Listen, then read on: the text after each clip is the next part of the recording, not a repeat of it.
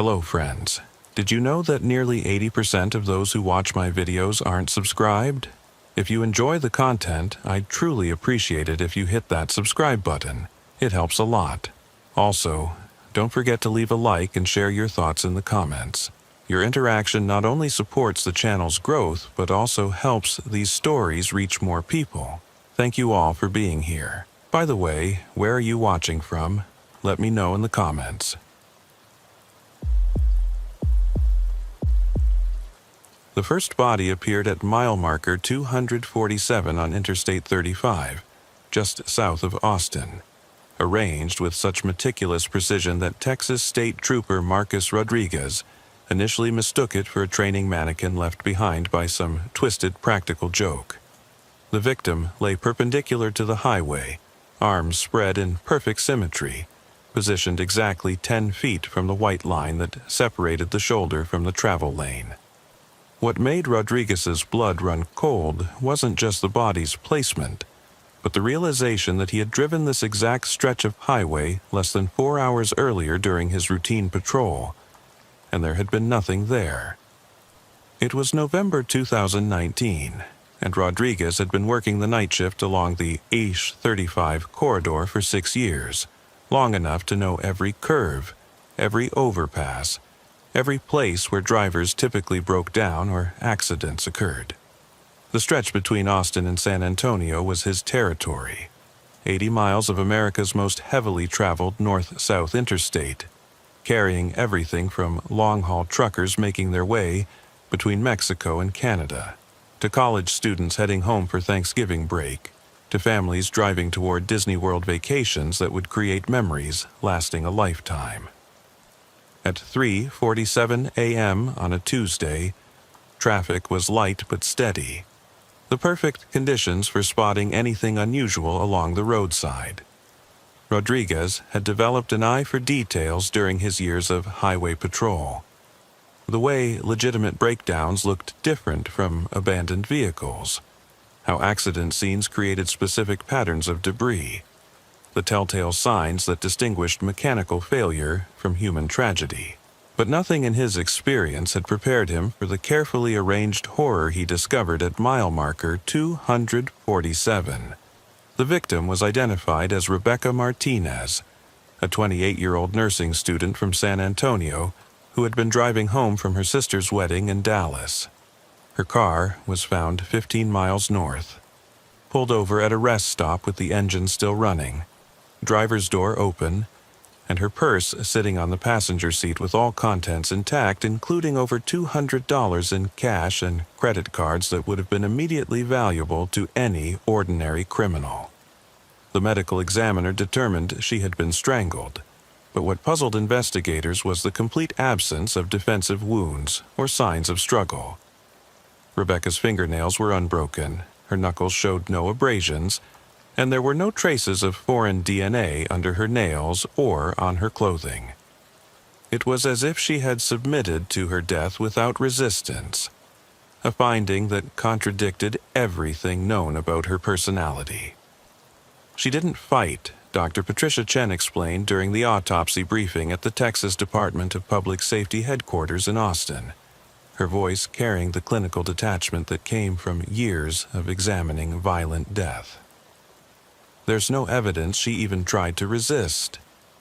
It's as if she went willingly with whoever killed her, or was somehow incapacitated before she realized the danger she was in. Rebecca's friends and family described her as cautious and street smart, someone who carried pepper spray, always locked her car doors, and had taken self-defense classes at the community college where she studied nursing.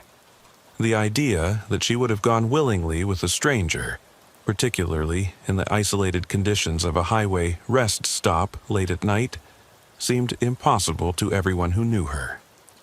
Trooper Rodriguez coordinated with local law enforcement and federal investigators, but the case seemed to stall immediately. Security cameras at the rest stop showed Rebecca's car arriving at 11:23 p.m., but the angle didn't capture anyone approaching the vehicle or any other cars in the area during the relevant time period. No witnesses reported seeing anything suspicious, and the crime scene yielded no physical evidence beyond the body itself and the mysterious precision of its placement. The positioning of Rebecca's body had been so exact that investigators initially wondered if they were dealing with someone with obsessive-compulsive disorder or military training. The perpendicular alignment to the highway was mathematically precise. The arm positioning was symmetrical to the degree, and the distance from the white line had been measured with what appeared to be professional surveying equipment. 3 weeks later, the pattern repeated with horrifying precision. Maria Santos, a 34-year-old teacher from Houston, was found at mile marker 186, positioned identically to Rebecca Martinez, perpendicular to the highway, arms spread symmetrically, exactly 10 feet from the white line. Her car was discovered at a different rest stop, engine running, door open, personal belongings undisturbed, and no signs of struggle in the vehicle or surrounding area. Maria had been driving home from a conference in Dallas where she had been presenting research on childhood literacy programs. Her colleagues described her as professional and careful, someone who planned her routes in advance and maintained regular contact with family members during long trips. The fact that she had vanished without alerting anyone suggested that whatever had happened had occurred quickly and without warning. By the time the third victim appeared, Jennifer Walsh, a 31-year-old accountant from Dallas, found at mile marker 154. The Texas Rangers had assigned a task force to what the media had dubbed the Interstate Phantom Killings. The precision of the body placement, the identical circumstances of the vehicle abandonment, and the complete lack of physical evidence suggested a sophisticated predator who understood both highway patrol procedures and the psychological vulnerabilities of women traveling alone. The media attention brought both helpful tips and dangerous copycats. Several women reported being followed by suspicious vehicles on Interstate 35, leading to increased patrol presence but also false alarms that stretched law enforcement resources thin. Amateur investigators began driving the highway looking for clues, sometimes interfering with legitimate police work, and occasionally creating safety hazards with their aggressive surveillance of other drivers. Senior Texas Ranger Captain David Thompson took command of the investigation, bringing 30 years of experience with serial crimes and interstate cases. Thompson had worked the I-35 corridor during his early career and understood both its opportunities and its dangers from a law enforcement perspective. What he discovered about the killer's methodology would challenge everything law enforcement thought they knew about highway predators. "This isn't random," Captain Thompson explained during a briefing with state troopers assigned to the E-35 corridor. "The killer is selecting victims based on specific criteria, intercepting them at predictable locations, and displaying their bodies in ways designed to send a message. The mile markers aren't arbitrary. They're counting down toward something, and we need to figure out what that something is before he reaches his destination." Analysis of the crime scenes revealed disturbing patterns that had been missed during initial investigations. Each body had been positioned with astronomical precision, aligned with constellations visible at the time of discovery.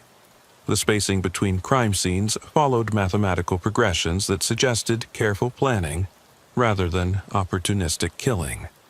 Most chilling was the realization that if the pattern continued, the killer was working toward mile marker 0, the point where I-35 crossed the Mexican border at Laredo. Thompson's team created detailed charts mapping the relationships between crime scene locations, victim characteristics, and timing. The pattern that emerged showed a killer who was not only methodical, but who was working according to a predetermined schedule that might allow law enforcement to anticipate his next move if they could decode his system. The breakthrough came from an unexpected source.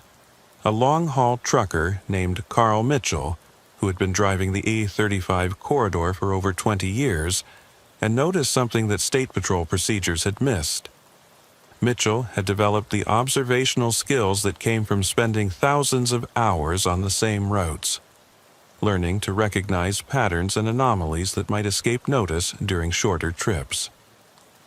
At each rest stop where victims' cars had been found, there were tire tracks from a vehicle that had parked in the truck section rather than the passenger car area, Mitchell explained to investigators during a detailed interview at the DPS headquarters. Someone's been using the trucker areas to watch the car section. You park a van or large SUV in the truck lot, you got a perfect view of who's stopping alone, who looks vulnerable, who's traveling without companions, and truckers mind their own business. We don't pay attention to other vehicles unless they're causing problems. Mitchell's observation opened a new avenue of investigation that had been overlooked because of assumptions about how predators operated in highway settings. Most law enforcement surveillance focused on passenger vehicle areas where potential victims would be found. But the killer had been using the truck parking sections as observation posts that provided excellent sight lines while remaining outside the primary areas of police attention.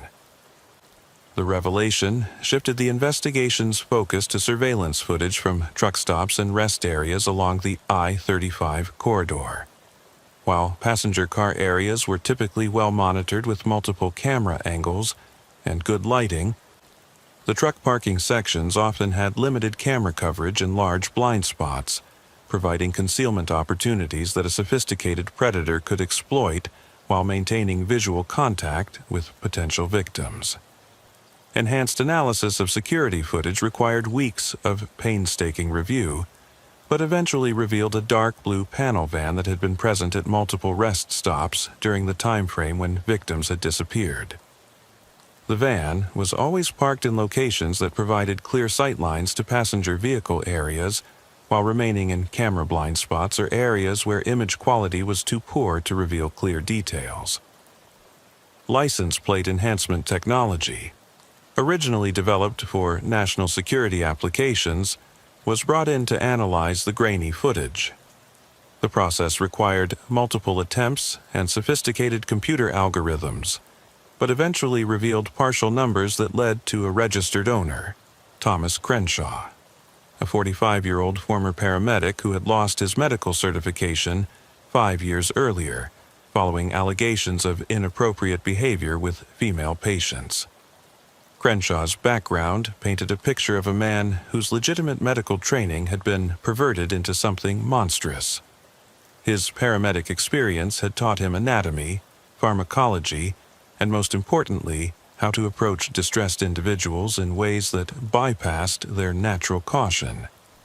His knowledge of highway systems came from years of responding to interstate accidents, giving him intimate familiarity with patrol schedules, communication blind spots, and the logistics of moving along major highways without detection. The paramedic training had also taught Crenshaw how to quickly assess people's physical and psychological condition, skills he had apparently adapted for identifying vulnerable targets. His medical background would have made him appear trustworthy to potential victims, while his knowledge of emergency procedures would have allowed him to create convincing scenarios that might compel someone to leave their vehicle willingly. When Texas Rangers executed a search warrant at Crenshaw's registered address, a storage facility outside of Kyle, Texas, they discovered the full scope of his operation and the sophisticated planning that had gone into his crime spree. The storage unit had been converted into a mobile command center, equipped with police scanners capable of monitoring multiple law enforcement frequencies, detailed maps of the 35 corridor marked with patrol schedules and shift changes, and surveillance equipment capable of monitoring multiple rest stops simultaneously. But the most disturbing discovery was Crenshaw's victim selection database. He had been systematically photographing lone female travelers at rest stops for over 2 years, building detailed profiles that included license plate numbers, physical descriptions, travel patterns, and behavioral observations.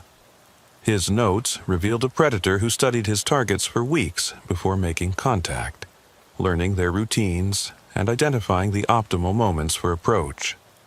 The database contained hundreds of photographs, far more than the 3 known victims, suggesting that Crenshaw had been conducting surveillance operations on a massive scale, while selecting only specific individuals who met his criteria for targeting.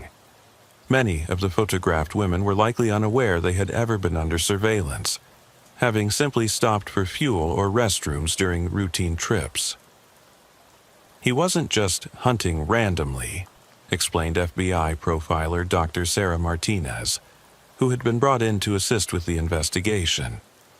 Crenshaw was operating like a researcher, treating the interstate system as his laboratory and lone female travelers as subjects for his experiments in psychological manipulation and control. Each victim was carefully selected based on specific characteristics that made them suitable for his purposes. The investigation revealed Crenshaw's methodology in chilling detail. He would identify potential victims during their first stops at rest areas, then track their progress along the interstate, using real-time traffic monitoring systems available to anyone with internet access. Commercial trucking companies used these systems to monitor their fleets, but the same technology could be used to follow individual vehicles if someone had the license plate number and basic technical knowledge. When a target stopped at a rest area where he had positioned himself, Crenshaw would approach their vehicle wearing paramedic clothing and claiming to have received reports of a medical emergency involving their family member. He carried authentic-looking medical equipment and identification that would have appeared legitimate to anyone not trained to spot forgeries. He exploited the most basic human instinct, the desire to help family in crisis, Dr. Martinez explained during a task force briefing. By presenting himself as a medical professional with urgent information about a loved one's emergency, he could bypass all normal caution. Victims would follow him willingly, believing they were rushing to save someone's life. The psychological manipulation was sophisticated and drew on Crenshaw's medical training and his years of experience dealing with people in crisis situations. He understood exactly which words and scenarios would create the sense of urgency needed to overcome normal safety precautions, and he had practiced his approach until it became automatic and convincing. Crenshaw's mobile command center also contained detailed notes on law enforcement patrol patterns, shift schedules, and response procedures. He had been monitoring police radio traffic to track trooper locations and avoid areas where his activities might be observed. The level of preparation indicated someone who understood that avoiding detection required as much planning as the crimes themselves. The search for Crenshaw intensified when investigators realized his victim selection database contained photographs and profiles of over 50 women, suggesting that Rebecca Martinez, Maria Santos, and Jennifer Walsh were just the beginning of a much larger planned killing spree.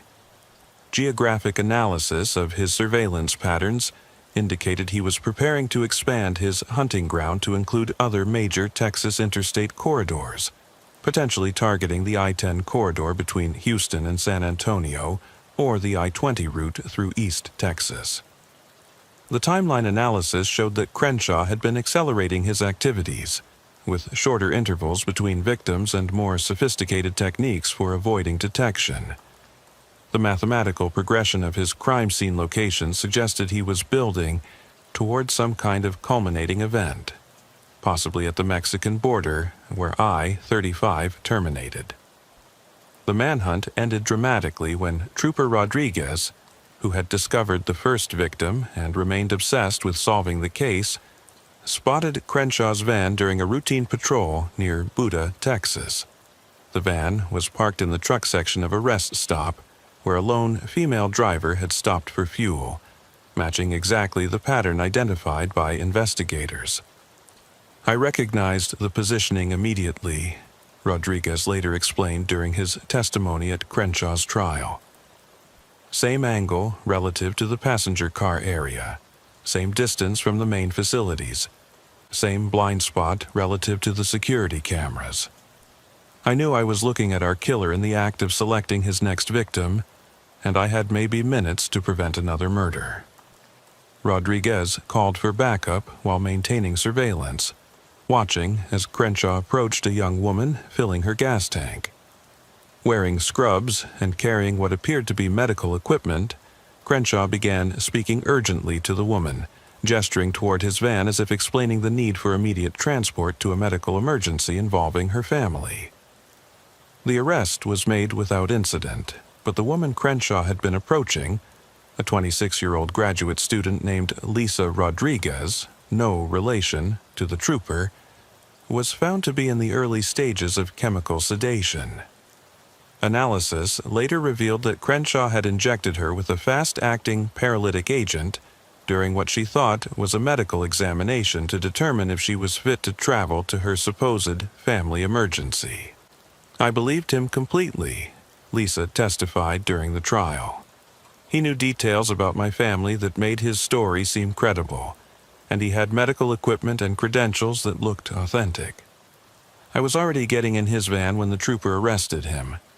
Another few minutes, and I would have been his next victim." The injection technique Crenshaw had been using explained why his previous victims had shown no signs of struggle. The paralytic agent would have prevented resistance while leaving victims conscious and aware of what was happening to them, a particularly cruel aspect of his methodology that added psychological torture to physical violence. During interrogation, Crenshaw revealed the disturbing psychological framework that had motivated his crimes. His dismissal from emergency medical services had occurred after female patients complained about inappropriate touching and questioning during medical procedures. But Crenshaw maintained that he had been trying to help them understand their vulnerability as women traveling alone in dangerous situations. They had no idea how dangerous it was, he told investigators with the clinical detachment that characterized his entire confession. Women driving alone on the interstate, stopping at random locations, trusting anyone who approaches them with a story about helping their family. "I was teaching them about reality, about how easily their trust could be exploited by someone with bad intentions." The body positioning along the interstate, Crenshaw explained, was intended as a warning system for other women travelers. The astronomical alignments were meant to suggest divine judgment, while the countdown toward the Mexican border represented what he called the ultimate lesson, a mass casualty event he had been planning at the Laredo truck stop that would have demonstrated the vulnerability of the entire interstate system to predatory exploitation. Each body was a mile marker on the road to understanding, Crenshaw said during one of several recorded interviews that would later be used in law enforcement training programs. "By the time I reached Laredo, enough women would have seen the pattern, understood the message, and stopped traveling alone. I was saving lives by taking a few to serve as examples." The psychological evaluation ordered by the court revealed a man whose legitimate medical training had been corrupted by misogynistic ideology and grandiose delusions about his role as protector and teacher. His paramedic background had provided both the skills to commit his crimes and the rationalization that allowed him to view murder as a form of public health intervention. Dr. Amanda Torres, the forensic psychologist who conducted the evaluation, found that Crenshaw genuinely believed his actions were altruistic, a delusion that made him particularly dangerous because it allowed him to escalate his violence while maintaining a self-image as someone who was helping society. This type of criminal psychology was especially difficult to detect and counter because the perpetrator's behavior was internally consistent with their distorted worldview. The trial became a landmark case in Texas legal history, as prosecutors had to prove that Crenshaw's interstate activities constituted a single criminal conspiracy rather than separate state crimes. The federal charges ultimately included kidnapping, murder, and conspiracy to commit terrorism, based on his stated intention to create mass panic along the interstate corridor and his plans for a culminating attack at the border. The defense attempted to argue that Crenshaw's medical background and claims of altruistic motivation should be considered as mitigating factors, but the evidence of systematic planning and the cruelty of his methods undermined any claims of diminished responsibility. The paralytic drugs, the elaborate surveillance operation, and the psychological torture inflicted on victims demonstrated clear criminal intent rather than delusional behavior. For Trooper Rodriguez, who testified extensively during the trial, the case fundamentally changed his approach to highway patrol and his understanding of the vulnerabilities that existed along America's interstate system. We think of the highways as safe because they're public, well-traveled, and monitored, he explained to fellow troopers during training sessions developed after Crenshaw's arrest.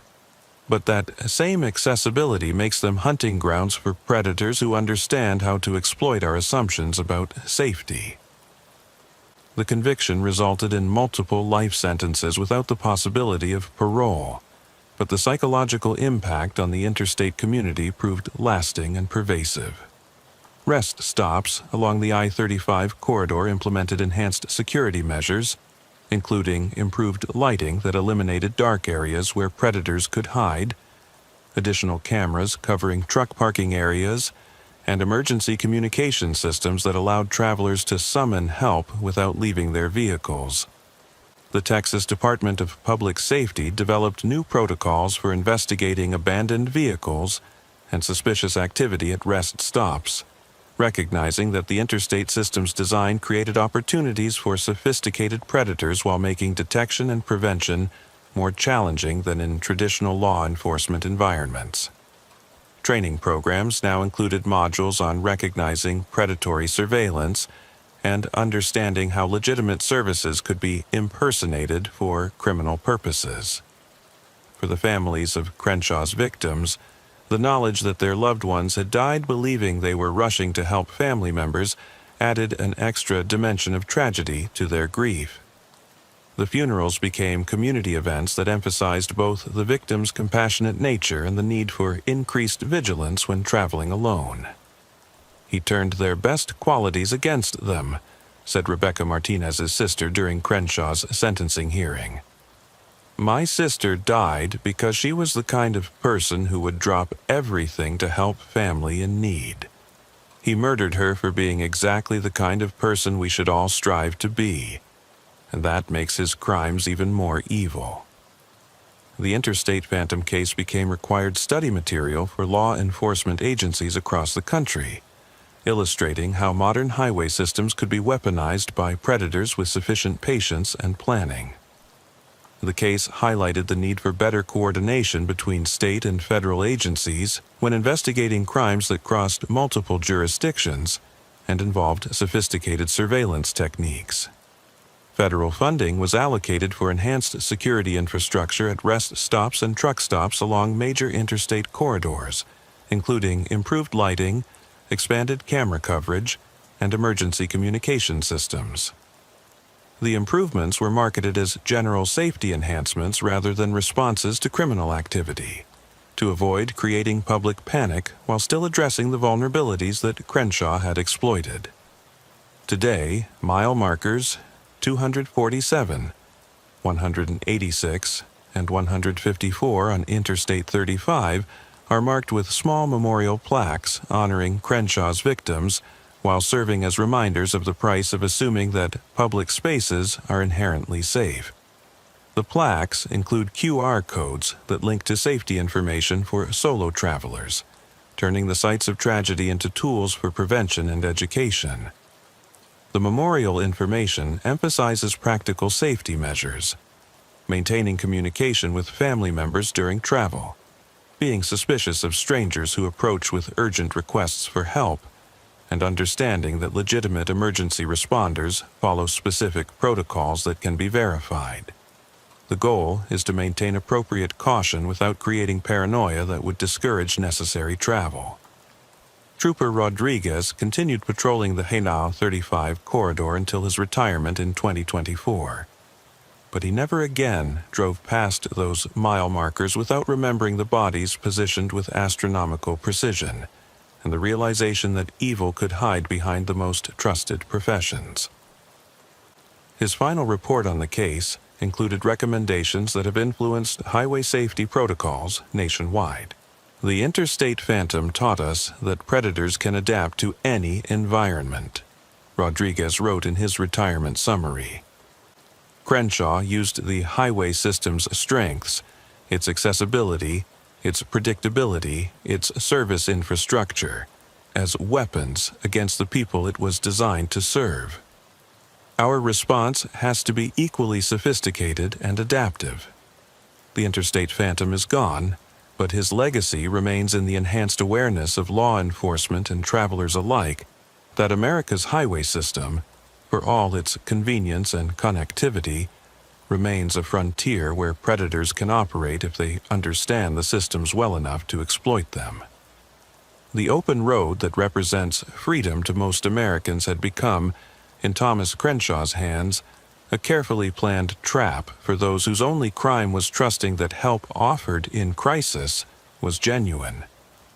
The case continues to influence highway safety research and law enforcement training, serving as a reminder that criminal innovation requires constant vigilance and adaptation from those charged with public safety.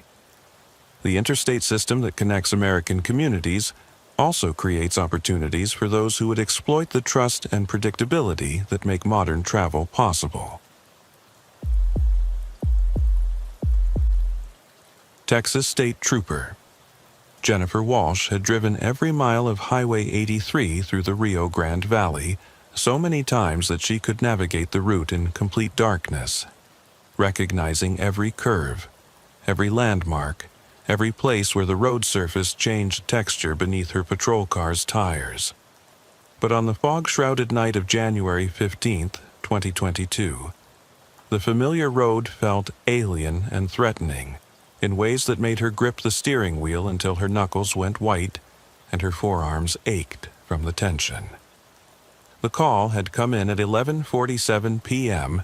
from a frantic tourist whose GPS had led him in circles for 3 hours while searching for his hotel in McAllen.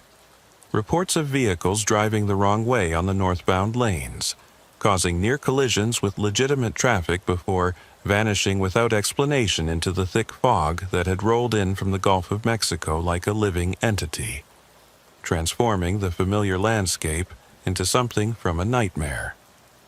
Highway 83 served as the primary artery connecting the border towns of the Rio Grande Valley to the rest of Texas, carrying everything from produce trucks loaded with citrus from local orchards to border patrol vehicles, pursuing smugglers through the dense brush country that characterized this remote region.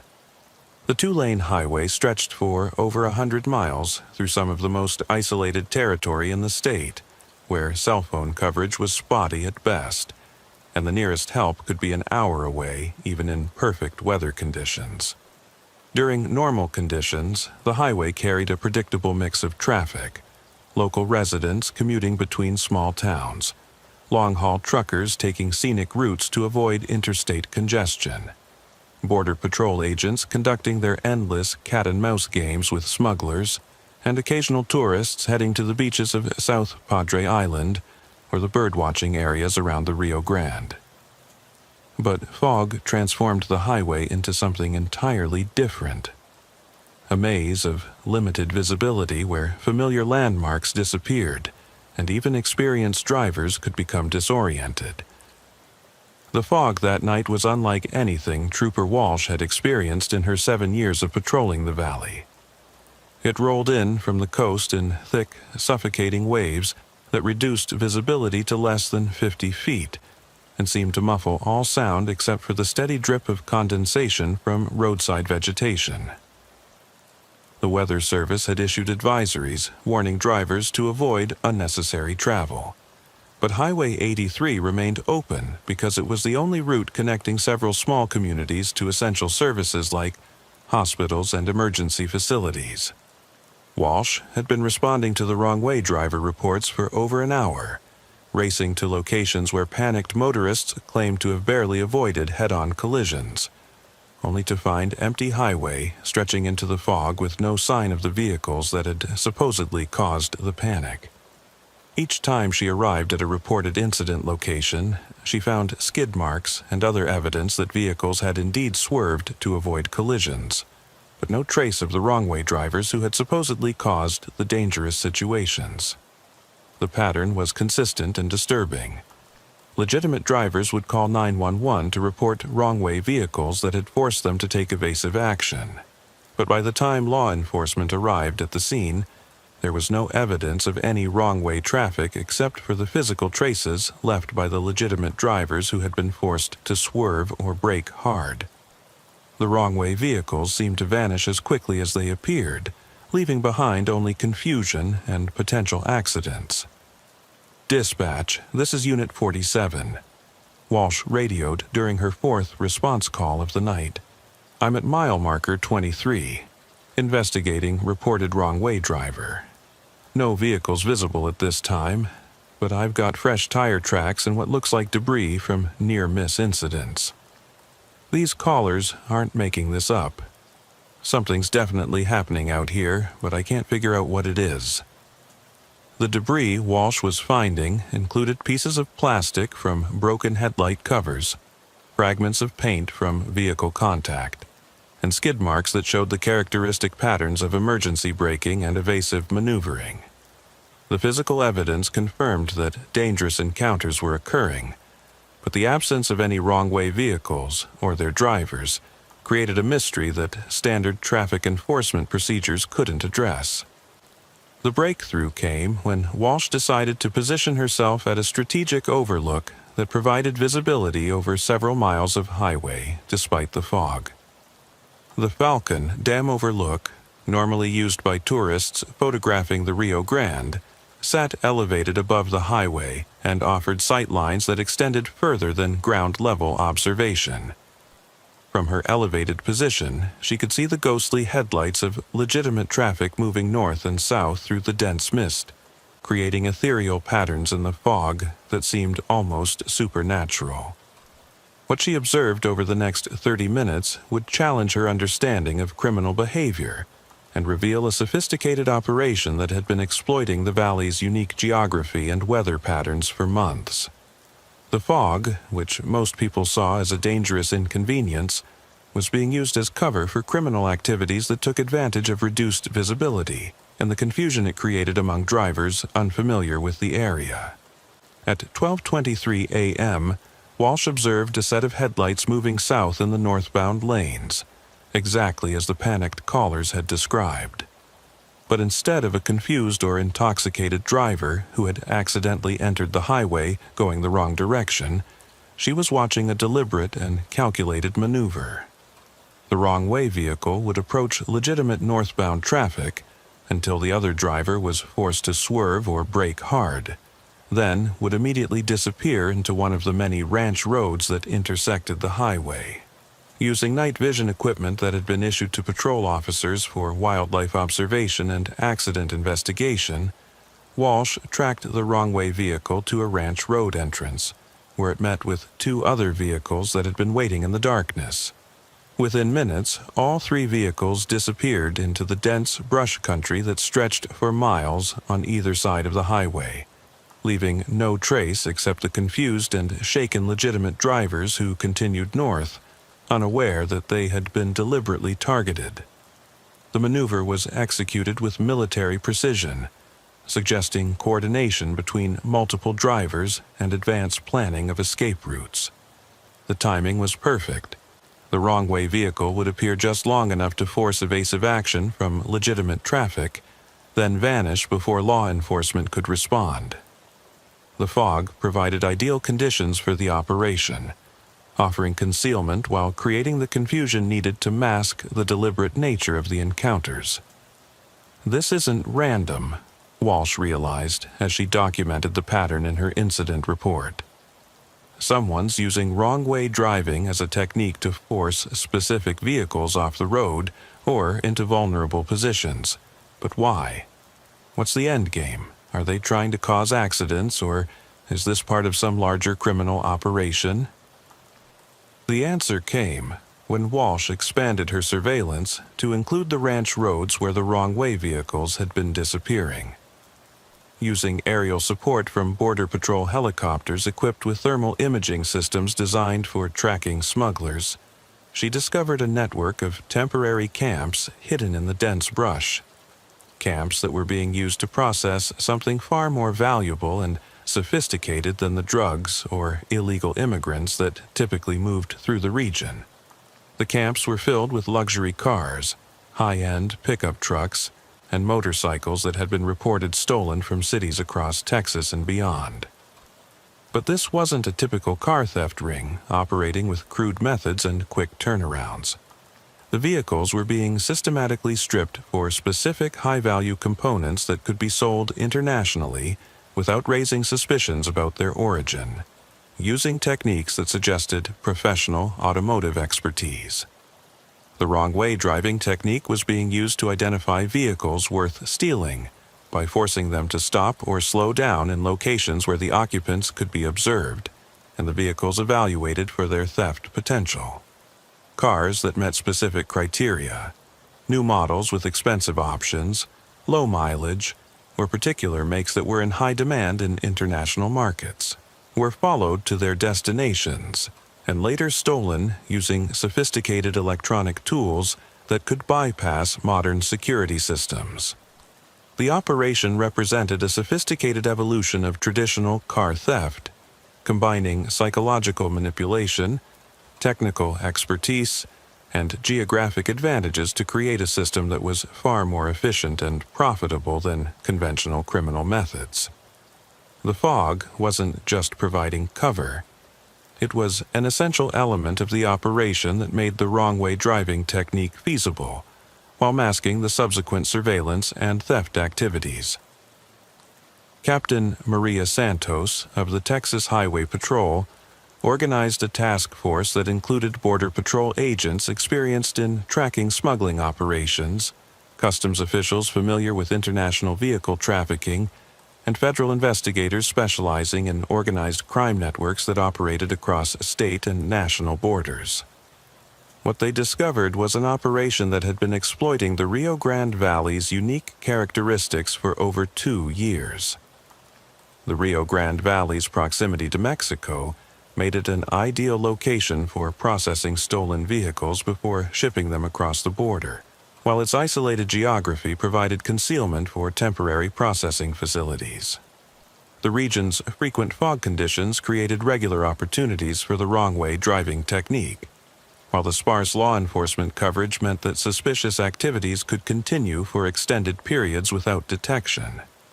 The operation was led by Carlos Mendoza, a 52-year-old former automotive engineer who had lost his job during industry downsizing and had used his technical expertise to develop methods for quickly identifying, stealing, and processing high-value vehicles.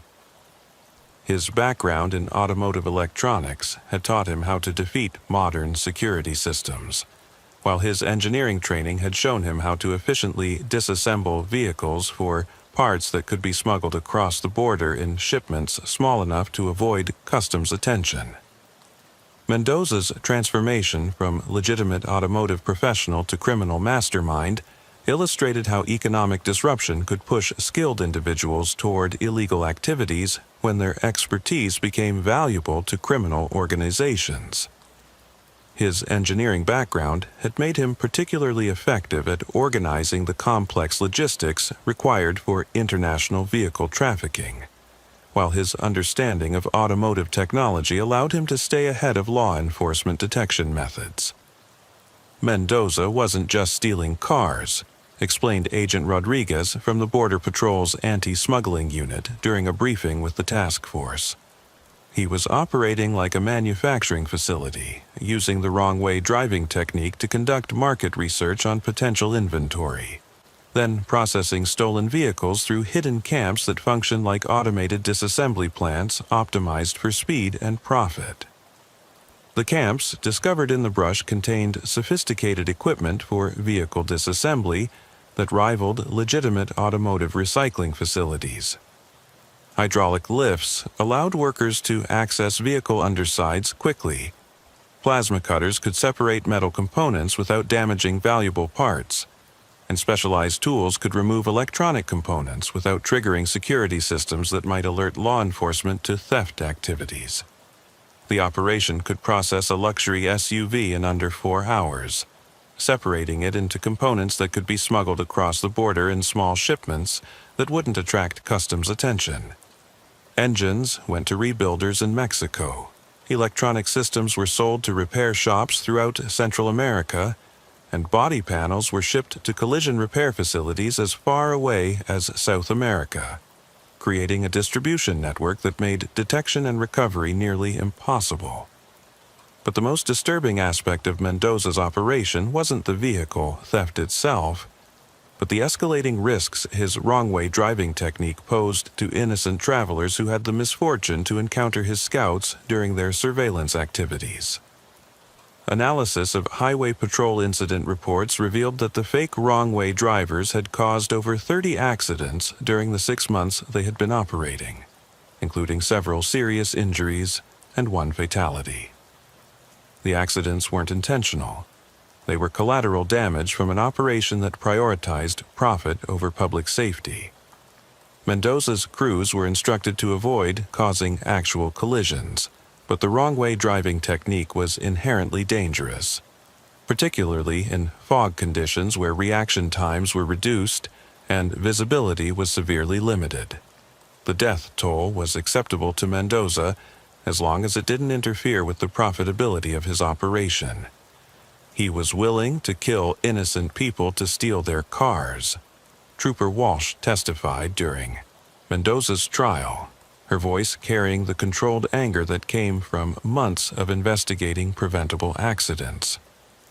Every time one of his people drove the wrong way down Highway 83, they were creating potentially fatal situations for families just trying to get home safely. The fog made it even more dangerous. Legitimate drivers had almost no reaction time when headlights appeared in their lane. The investigation revealed that Mendoza had specifically chosen Highway 83 because its isolation and weather patterns provided cover for his operation, while its role as a major transportation corridor ensured a steady stream of potential targets. The Rio Grande Valley's proximity to Mexico allowed for quick disposal of stolen goods, while the region's sparse law enforcement coverage made detection less likely than in more heavily patrolled areas. The wrong-way driving incidents had been carefully planned to avoid patterns that might alert law enforcement to their criminal nature. Different crews operated on different nights. Vehicles were rotated to prevent recognition, and timing was varied to avoid establishing routines that might be detected by patrol officers. The sophistication of the operation suggested organizational skills that went far beyond typical criminal enterprises.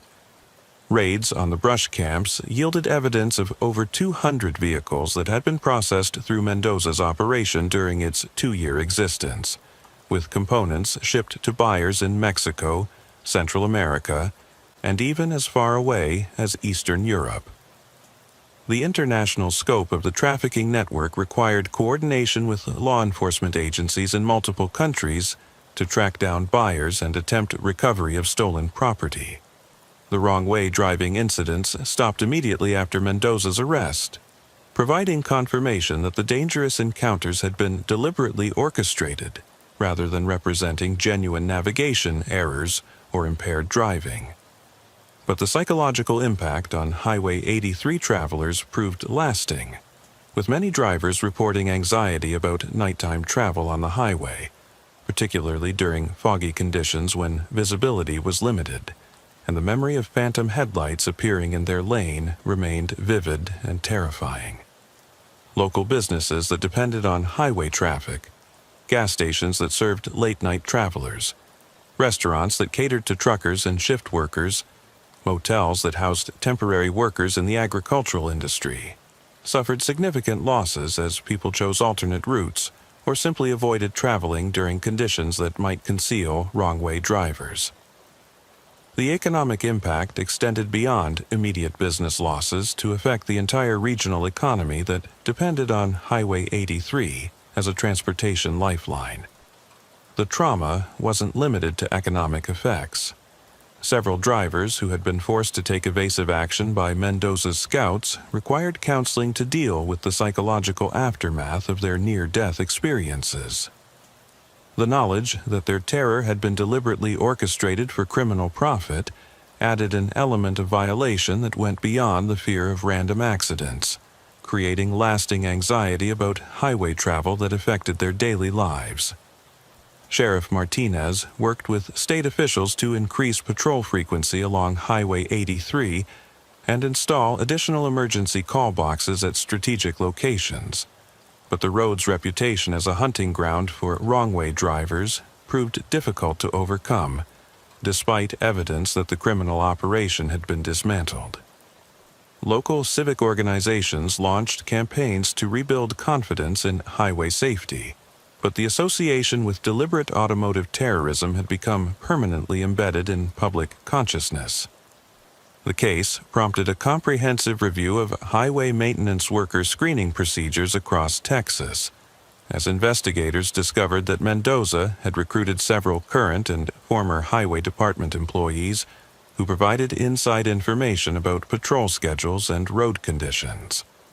New protocols required background checks every 2 years, mandatory psychological evaluations for employees with access to sensitive information, and GPS tracking of all official vehicles to ensure accountability for their locations and activities. State legislators used the Mendoza case to support legislation requiring more extensive background investigations for any workers who had access to information that could be used to plan criminal activities. The Highway Safety Act established new standards for monitoring employees whose jobs provided opportunities for criminal collaboration while maintaining the operational flexibility needed for legitimate highway maintenance and law enforcement. The international aspect of Mendoza's operation required coordination with Mexican law enforcement agencies and international customs organizations to track down the distribution network that had been purchasing stolen vehicle components. The investigation revealed connections to similar operations in Arizona and California, suggesting that wrong-way driving techniques might be spreading to other regions with favorable geographic and weather conditions. Mendoza was ultimately convicted of multiple federal charges, including conspiracy, vehicle theft, reckless endangerment, and operating a continuing criminal enterprise. His conviction carried a 25-year sentence that reflected both the scope of his criminal enterprise and the danger his methods had posed to public safety. The sentence also included restitution orders that would never be fully satisfied given the international distribution of stolen property. Federal agencies used the Mendoza case to develop new protocols for investigating unusual traffic patterns that might indicate organized criminal activity rather than simple driver error or impairment. Training programs now include modules on recognizing systematic wrong-way driving and understanding how legitimate traffic enforcement can be exploited by criminals who understand law enforcement procedures and limitations. The conviction also triggered investigations in other states where similar wrong-way driving incidents had been reported, leading to the discovery of related operations that used comparable techniques for different criminal purposes. The wrong-way driving method proved to be surprisingly versatile, adaptable to various criminal enterprises that needed to identify and target specific vehicles or create controlled chaos for camouflage. The camps hidden in the Rio Grande Valley brush were dismantled and the areas restored, but law enforcement agencies maintained increased surveillance of the region, recognizing that its geographic advantages would continue to attract criminal organizations seeking to exploit the border's proximity and the highway system's vulnerabilities. The combination of isolation, weather conditions, and transportation infrastructure that had made the region attractive to Mendoza would likely appeal to future criminal enterprises as well. Today, Highway 83 carries normal traffic through the Rio Grande Valley, but the memory of the phantom wrong-way drivers serves as a reminder that even the most familiar routes can become hunting grounds for criminals with sufficient creativity and resources. The fog still rolls in from the Gulf of Mexico during winter months, but enhanced lighting and communication systems help ensure that legitimate travelers can navigate safely, while law enforcement agencies maintain the vigilance needed to detect and prevent criminal exploitation of weather and geography. Enhanced lighting systems installed after the Mendoza case use technology that penetrates fog more effectively than traditional highway lighting, while emergency communication systems allow drivers to report suspicious activities without leaving their vehicles. The improvements were marketed as general safety enhancements rather than crime prevention measures to avoid creating public panic while addressing the specific vulnerabilities that had been exploited. The case files on the Highway 83 vehicle trafficking network remain active, as investigators continue to track down recovered vehicle components and pursue international connections that may still be operating in other regions.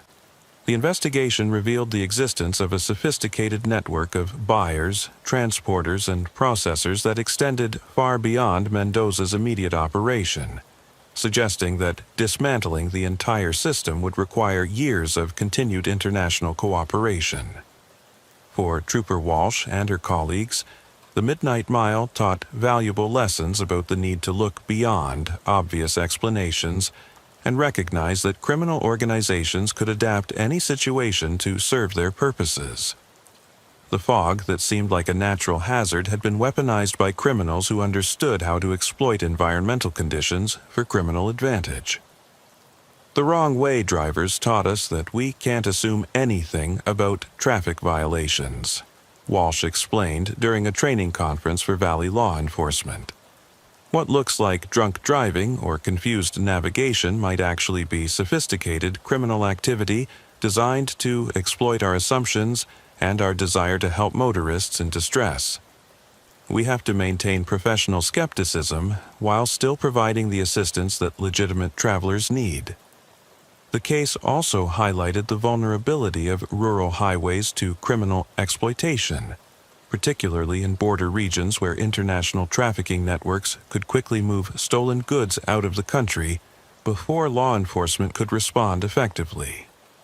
Federal agencies developed new strategies for monitoring unusual traffic patterns and investigating incidents that might indicate organized criminal activity disguised as routine traffic violations.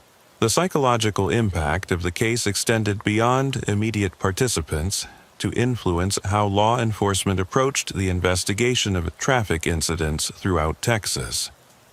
The recognition that wrong-way driving could be a criminal technique rather than an accident or impairment led to enhanced training programs and new investigative protocols that might prevent similar operations from developing in other regions. The memorial erected for the motorist who died in one of the crashes caused by Mendoza's wrong-way drivers stands at mile marker 23, serving as both a tribute to an innocent victim and a warning about the price of assuming that dangerous driving is always accidental rather than criminal. The inscription reads simply, "Drive alert, trust cautiously, report suspicious activity." A reminder that highway safety depends not just on following traffic laws, but on recognizing when those laws are being deliberately violated for criminal purposes. The wrong-way driving technique developed by Mendoza's organization has been studied by criminal justice researchers as an example of how traditional criminal methods can be adapted to exploit modern transportation systems. The case has become a standard example in courses on organized crime and international trafficking, illustrating how geographic advantages and technological capabilities can be combined to create criminal enterprises that operate across traditional jurisdictional boundaries.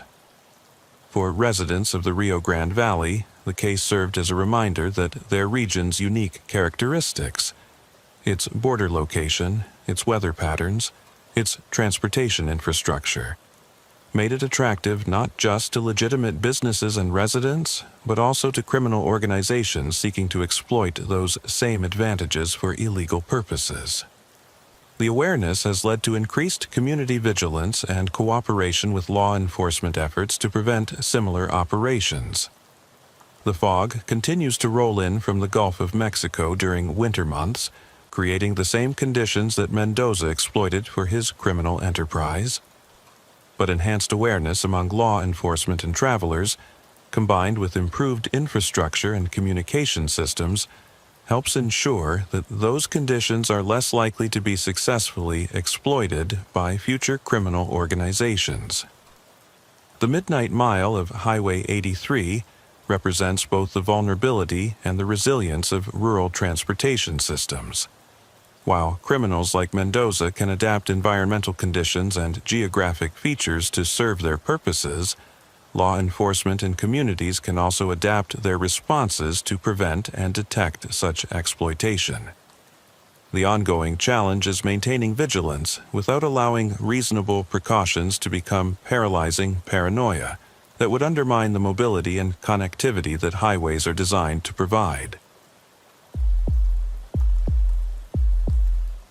The last radio transmission from Texas State Trooper Daniel McKenzie came through dispatch at 2:14 a.m. on a moonless October night in 2021. His voice crackling with the static that plagued communications in the remote desert regions where cellular towers were sparse, and radio signals had to travel vast distances across empty terrain. Unit 23 to dispatch. I've got a late model sedan about 3 miles east of mile marker 47. Looks like it's been here a while. No signs of the driver. I'm going to take a look around and see if anyone needs assistance. Those were the last words anyone would ever hear from McKenzie, beginning a case that would baffle investigators and forever change how the Texas Department of Public Safety approached patrol operations in remote border regions. Highway 137 runs through some of the most isolated territory in the continental United States. A 2-lane ribbon of asphalt that connects the tiny community of Sanderson to the border crossing at Presidio, passing through over 120 miles of Chihuahuan desert, where distances between any signs of civilization can be measured in hours rather than miles.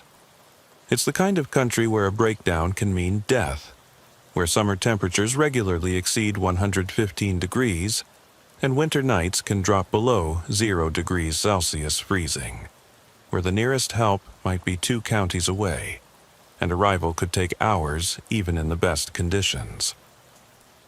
The landscape along Highway 137 is simultaneously beautiful and hostile. Vast expanses of desert stretching to distant mountains, dotted with creosote bushes, ocotillo, and the occasional stubborn prickly pear cactus that has managed to find enough water to survive in soil that receives less than 10 inches of rain per year. It's country that tests both machines and humans, where the sun can kill during the day and the cold can be equally deadly at night, where rattlesnakes and mountain lions pose real threats to anyone venturing away from the safety of their vehicle. Trooper McKenzie had been working this route for 8 years, long enough to know every ranch gate, every desert wash, every place where smugglers typically cross the border with drugs or illegal immigrants seeking passage to the interior of the United States.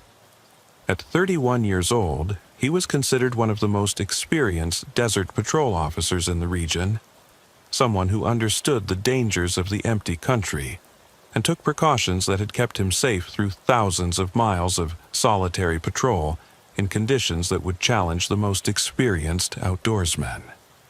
McKenzie's patrol routine included regular checks on the handful of ranchers who lived along the highway, welfare visits to ensure that elderly residents were coping with the isolation and harsh conditions, and constant vigilance for the drug trafficking activities that made the border region profitable but dangerous for criminal organizations. He carried extra water, emergency supplies, and satellite communication equipment as backup for the radio systems that sometimes failed in the vastness of the desert terrain. When McKenzie failed to respond to routine radio checks over the next hour, dispatch began trying to raise him on all available frequencies, including the emergency channels reserved for officer in distress situations.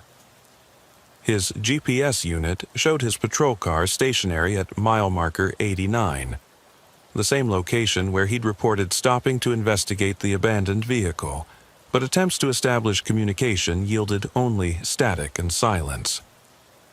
But when backup finally arrived, two Border Patrol agents who happened to be in the area conducting their own investigations of suspected smuggling activities, they found only Mackenzie's empty cruiser, engine still running, driver's door open, and no sign of either the trooper or the abandoned vehicle he'd been investigating. The GPS coordinates were accurate, but the scene made no sense given Mackenzie's final radio transmission. The search for Trooper Mackenzie became the largest law enforcement operation in Terrell County's history, involving Texas Rangers, Border Patrol agents, sheriff's deputies from 3 counties, volunteer search teams from across West Texas, and specialized units trained in desert survival and recovery operations. Search helicopters equipped with thermal imaging cameras combed the desert for any sign of the missing officer, while ground teams followed every trail, every wash, every possible route Mackenzie might have taken on foot.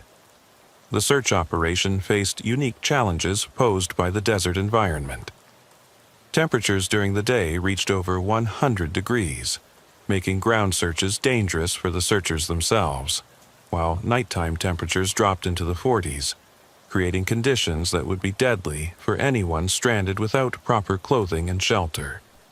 The terrain was rough and treacherous, with hidden arroyos and loose rock that could cause serious injuries to searchers moving through unfamiliar country in darkness.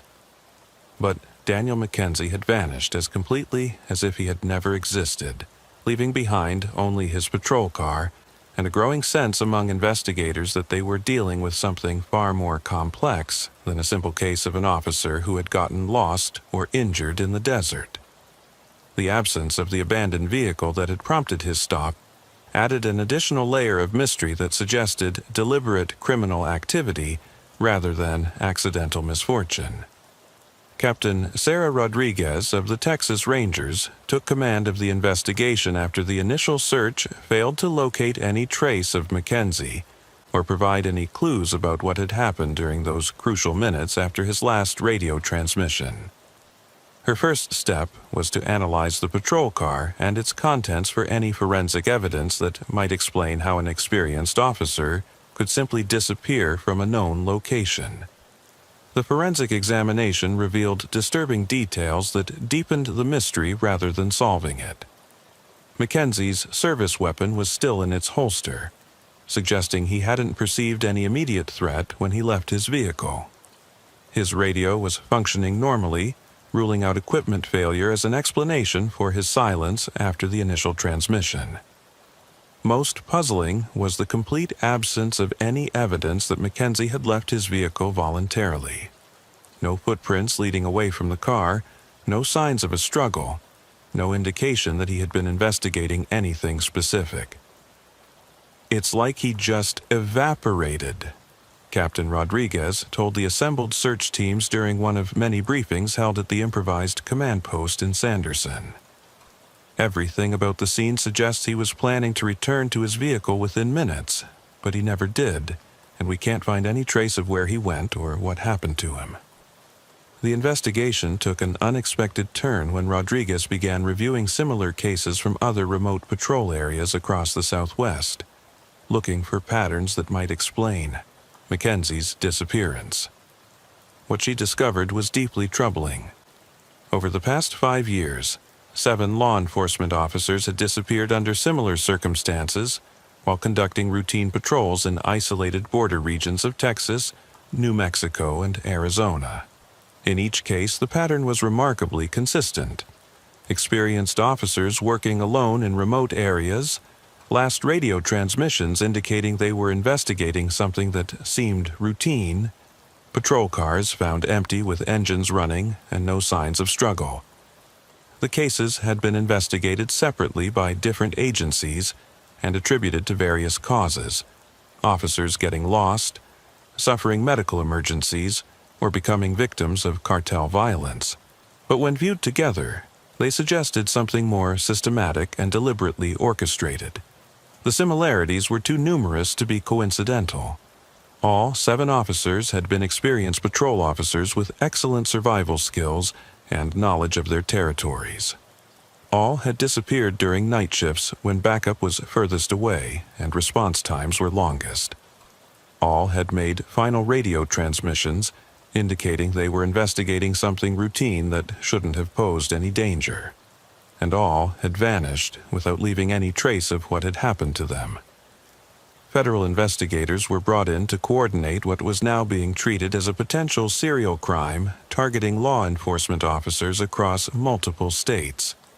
Special Agent David Chen from the FBI's Behavioral Analysis Unit developed a profile of someone who was specifically hunting isolated patrol officers, using their commitment to investigating suspicious activity and helping citizens in distress as a weapon against them. These officers were selected because of their dedication to their jobs, Agent Chen explained during a briefing with Southwest law enforcement agencies. The perpetrator is using fake scenarios, abandoned vehicles, distress calls, suspicious activity, to lure experienced officers away from their vehicles and into situations where they become vulnerable to attack. This isn't random predation. It's systematic hunting of law enforcement personnel. The breakthrough came when investigators analyzed the GPS data from all 7 missing officers' patrol cars and discovered that the disappearances had occurred in locations that were invisible to satellite surveillance due to natural geographic features, deep arroyos, narrow canyons, or areas where rock formations blocked overhead observation. Someone with sophisticated knowledge of surveillance technology was choosing locations where crimes could be committed without being detected from above. The geographic analysis revealed another disturbing pattern. All of the disappearance locations were within a day's drive of each other, suggesting that the perpetrator was mobile and familiar with the patrol territories of multiple law enforcement agencies. The locations also shared common characteristics that would appeal to someone seeking to ambush law enforcement officers. Limited visibility from the road, multiple escape routes, and terrain that would muffle sounds and prevent witnesses from observing criminal activity. The investigation focused on individuals with both law enforcement experience and detailed knowledge of Border Patrol routes and procedures. The suspect would need to understand police protocols well enough to create scenarios that would compel officers to investigate, while also possessing the skills to overpower experienced law enforcement personnel who were trained to recognize and respond to threats. The profile led investigators to Marcus Thompson, a 48-year-old former Border Patrol agent who had been dismissed from federal service 3 years earlier, following allegations of excessive force and racist behavior toward migrants attempting to cross the border illegally. Thompson's personnel file revealed a pattern of complaints about his treatment of both immigrants and fellow officers, culminating in an incident where he had been accused of abandoning his partner during a dangerous pursuit operation in terrain similar to where the officers had disappeared. Thompson's dismissal had been acrimonious and contentious, with the former agent claiming that he was being persecuted for doing his job properly, while his supervisors were more concerned with political correctness than effective border security. He had filed multiple unsuccessful appeals and had threatened legal action against the Border Patrol for what he claimed was wrongful termination based on his willingness to use necessary force against criminal border crossers. When federal agents executed a search warrant at Thompson's isolated ranch house near Van Horn, they discovered evidence of a sophisticated operation targeting law enforcement officers across the Southwest region. Maps marked with patrol routes, detailed schedules of officer assignments, and surveillance equipment capable of monitoring police radio frequencies revealed someone who had been planning attacks on law enforcement for months with military-level precision and preparation. But the most chilling discovery was Thompson's trophy room, a basement area where he had displayed items taken from his victims, including badges, weapons, and personal effects from all 7 missing officers. The room also contained detailed journals describing his methods for luring officers into ambush situations and his plans for what he called teaching lessons to law enforcement personnel who he believed had betrayed their oath to protect America's borders from foreign invasion. "They think they're heroes," Thompson had written in one journal entry that would later be used as evidence in his prosecution. "But they're part of the system that's destroying this country, letting criminals and terrorists pour across the border while they follow politically correct rules instead of doing what needs to be done to protect American citizens. I'm showing them what real border enforcement looks like, what happens when you betray your duty to protect America." The search of Thompson's property led to the discovery of a series of hidden burial sites where the remains of 6 of the missing officers were found. The officers had been killed execution style after being forced to participate in what Thompson called border security training exercises, scenarios where they were required to make decisions about whether to pursue or detain suspects, with incorrect choices resulting in death. The training exercises revealed Thompson's twisted psychology and his belief that he was qualified to judge whether fellow law enforcement officers were sufficiently committed to border security. He had forced his victims to participate in role-playing scenarios based on actual Border Patrol situations, then executed those who failed to demonstrate what he considered appropriate levels of aggression toward simulated border crossers. Trooper Mackenzie's body was found in a carefully constructed underground bunker on Thompson's property, but unlike the other victims, Mackenzie was still alive when federal agents breached the facility. Thompson had been keeping him prisoner for over 2 weeks, using him as a test subject for what he called enhanced interrogation techniques, designed to determine whether the trooper was a true patriot or a system collaborator who had been corrupted by liberal policies. The rescue of Trooper Mackenzie was complicated by the discovery that Thompson had rigged his property with explosive devices designed to kill law enforcement officers who might attempt to raid his compound. The booby traps included pressure-sensitive mines, tripwire-activated charges, and remotely detonated explosives that could be triggered from multiple locations on the property. Bomb disposal experts required 6 hours to clear safe paths to the bunker where Mackenzie was being held, during which time Thompson barricaded himself in his house and began making rambling radio broadcasts about the need for real Americans to take back control of the border from politicians who had surrendered American sovereignty to foreign criminals and terrorists. The broadcasts, transmitted on emergency frequencies, revealed the depth of Thompson's paranoid delusions and his belief that law enforcement agencies had been infiltrated by traitors who were deliberately allowing the invasion of America by hostile foreign forces. His rants combined legitimate concerns about border security with conspiracy theories and racist ideology that portrayed immigration as a deliberate plot to destroy American civilization. The standoff ended when Thompson, apparently realizing that his capture was inevitable, detonated explosives that destroyed his house and killed him instantly. The explosion was powerful enough to be felt several miles away and created a crater where his house had stood, eliminating any possibility of gathering additional evidence about his methods or identifying potential co-conspirators. Mackenzie was rescued alive, but severely traumatized by his 2 weeks of captivity, during which Thompson had subjected him to constant interrogation about his loyalty to what the former agent called true American values. The interrogation had included sleep deprivation, stress positions, and psychological torture designed to break down Mackenzie's resistance and force him to admit that he was part of a conspiracy to undermine American border security. He wanted me to admit that I was part of a conspiracy to weaken border security, Mackenzie testified during the subsequent investigation into Thompson's activities. He kept saying that he was going to prove that law enforcement officers couldn't be trusted to protect America from invasion, and that citizens would have to take matters into their own hands, too. save the country from traitors in uniform. The psychological evaluation of Thompson's journals and recorded statements revealed a man whose dismissal from the Border Patrol had triggered a paranoid break with reality, leading him to view all law enforcement officers as traitors to their country unless they demonstrated unwavering commitment to his extremist interpretation of border security duties.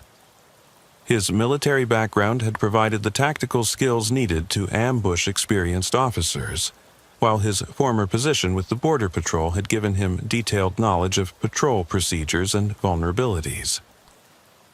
Thompson's case became a study in how legitimate concerns about border security could be twisted into violent extremism when combined with personal grievances and mental instability.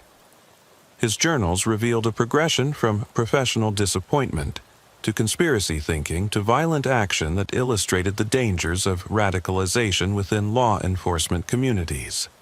The case prompted a comprehensive review of security procedures for law enforcement officers working alone in remote areas. New protocols required officers to maintain more frequent radio contact with dispatch, use GPS tracking systems that couldn't be easily disabled, and work in pairs when investigating suspicious activity in isolated locations where backup would be delayed. For Trooper Mackenzie, who returned to duty after extensive psychological counseling and medical treatment, the experience fundamentally changed his approach to patrol work and his understanding of the threats faced by law enforcement officers in remote areas. He became an advocate for improved officer safety procedures and testified before state legislators about the need for better support for officers working in isolated regions where they were particularly vulnerable to attack.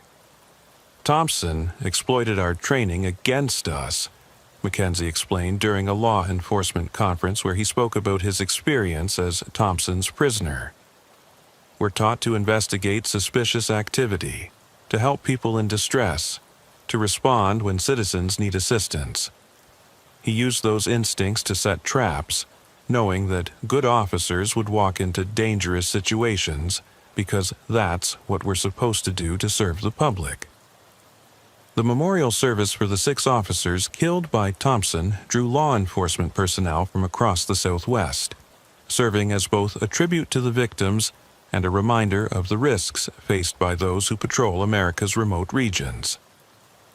The service emphasized that the officers had died doing their jobs properly, investigating situations that seemed to require law enforcement attention, and that their dedication to duty had been exploited by someone who had perverted his own law enforcement training into a weapon against his former colleagues.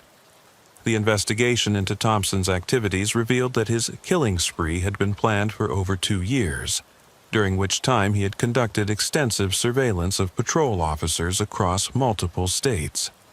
His ranch had served as a base of operations for monitoring police radio frequencies, tracking patrol schedules, and identifying officers who regularly worked alone in remote areas where they would be most vulnerable to attack. Thompson's journals contained detailed psychological profiles of his intended victims, showing that he had studied their personalities, their commitment to duty, and their likely responses to various scenarios designed to lure them into vulnerable positions. He had specifically targeted officers known for their dedication and willingness to go beyond the call of duty, understanding that their best qualities as law enforcement officers could be turned against them by someone who understood their professional obligations and personal psychology. He was hunting the best officers, explained Agent Chen during the final briefing on the case. Thompson knew that mediocre or lazy officers might ignore suspicious activity or wait for backup, but dedicated officers would investigate immediately.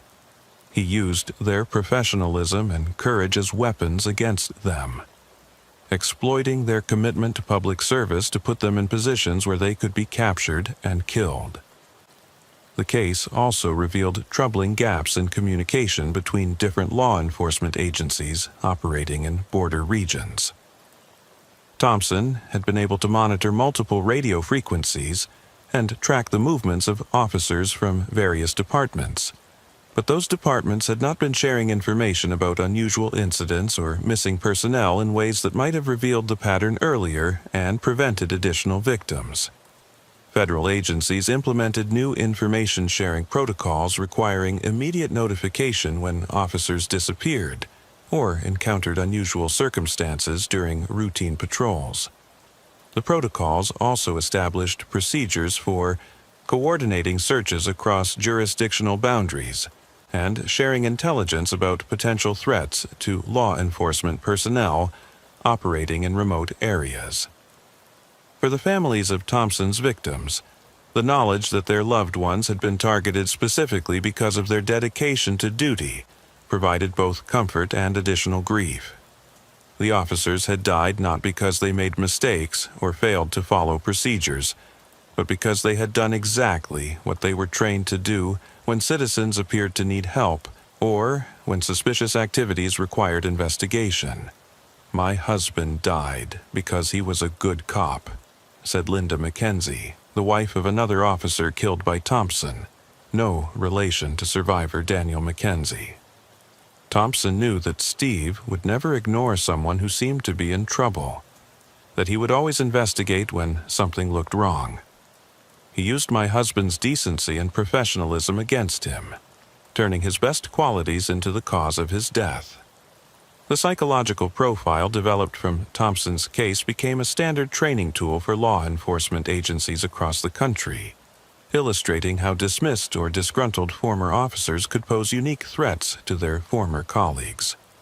The case highlighted the importance of monitoring former personnel who had been terminated under contentious circumstances and maintaining awareness of potential insider threats who might use their knowledge of law enforcement procedures for criminal purposes.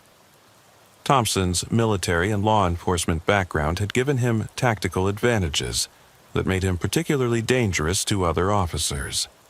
His knowledge of police procedures, radio protocols, and patrol routes had allowed him to set traps that exploited standard law enforcement responses to suspicious activity, while his training in combat and survival techniques had given him the skills needed to overpower and capture experienced officers.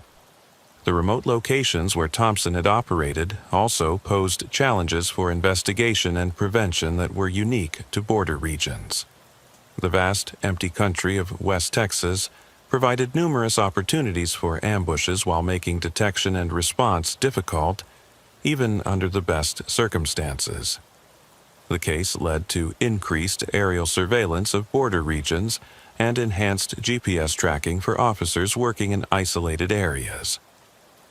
Today, Highway 137 continues to carry occasional traffic through the empty desert, but the memory of Trooper Mackenzie's disappearance has changed how law enforcement approaches patrol operations in remote areas. Officers working alone are required to maintain more frequent contact with dispatch, and suspicious vehicles or activities are investigated by teams rather than individuals whenever possible.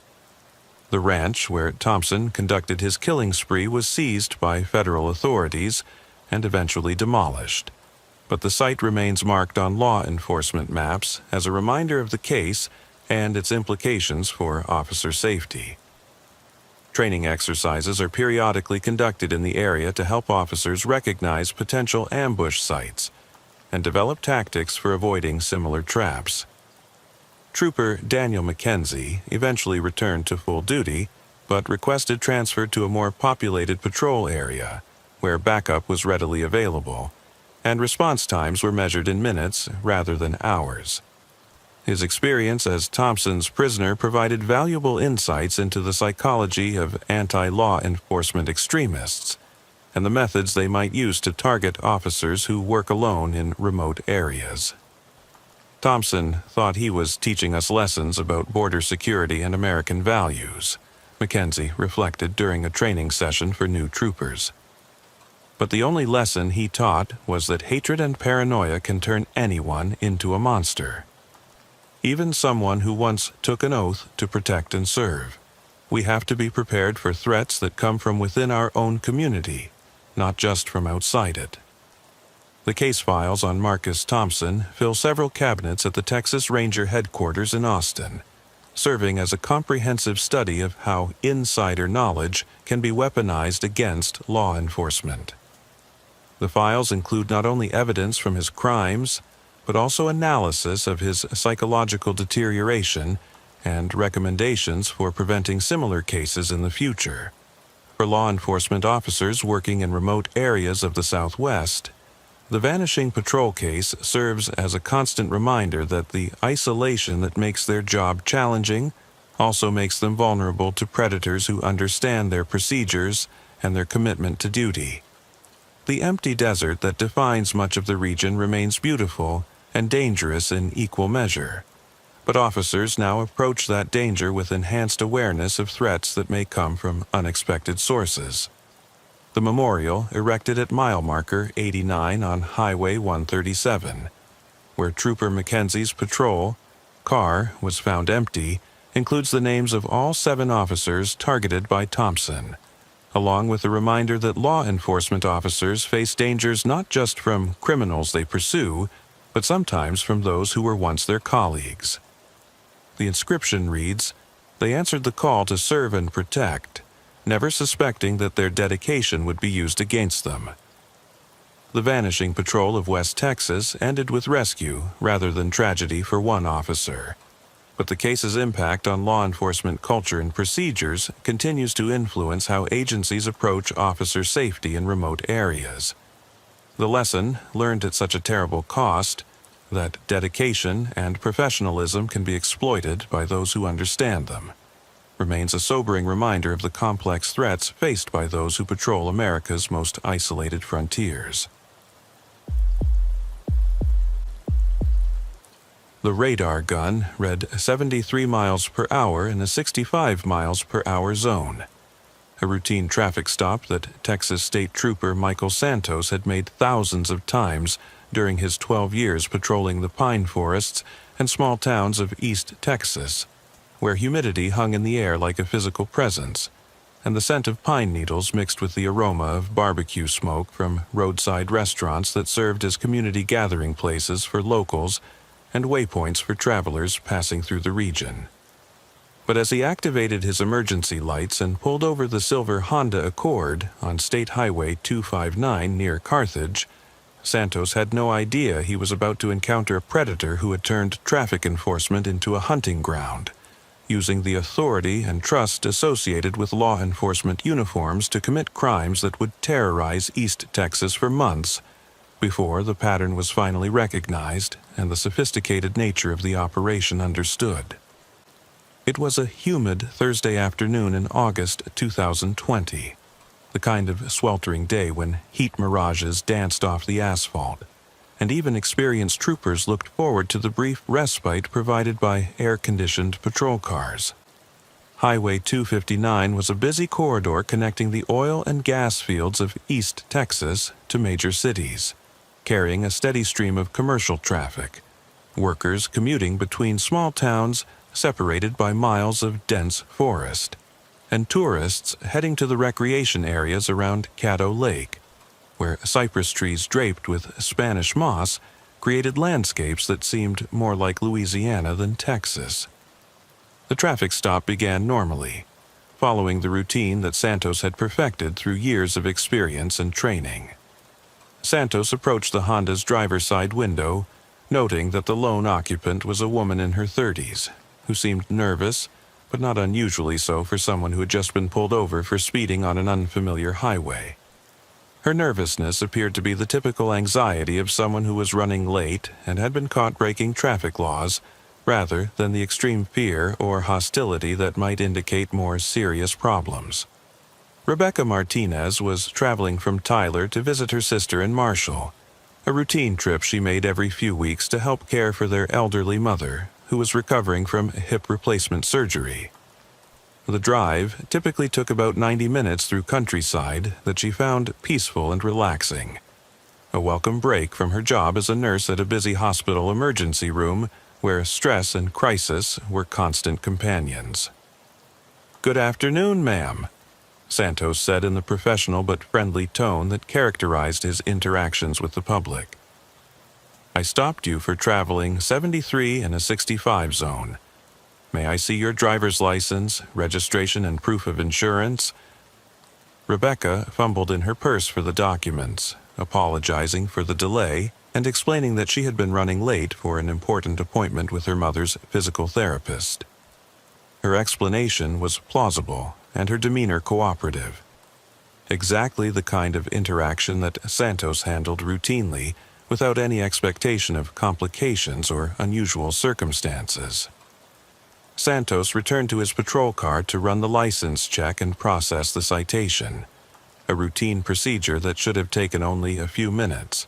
But when he keyed his radio to contact dispatch with Rebecca's information, he received only static in response.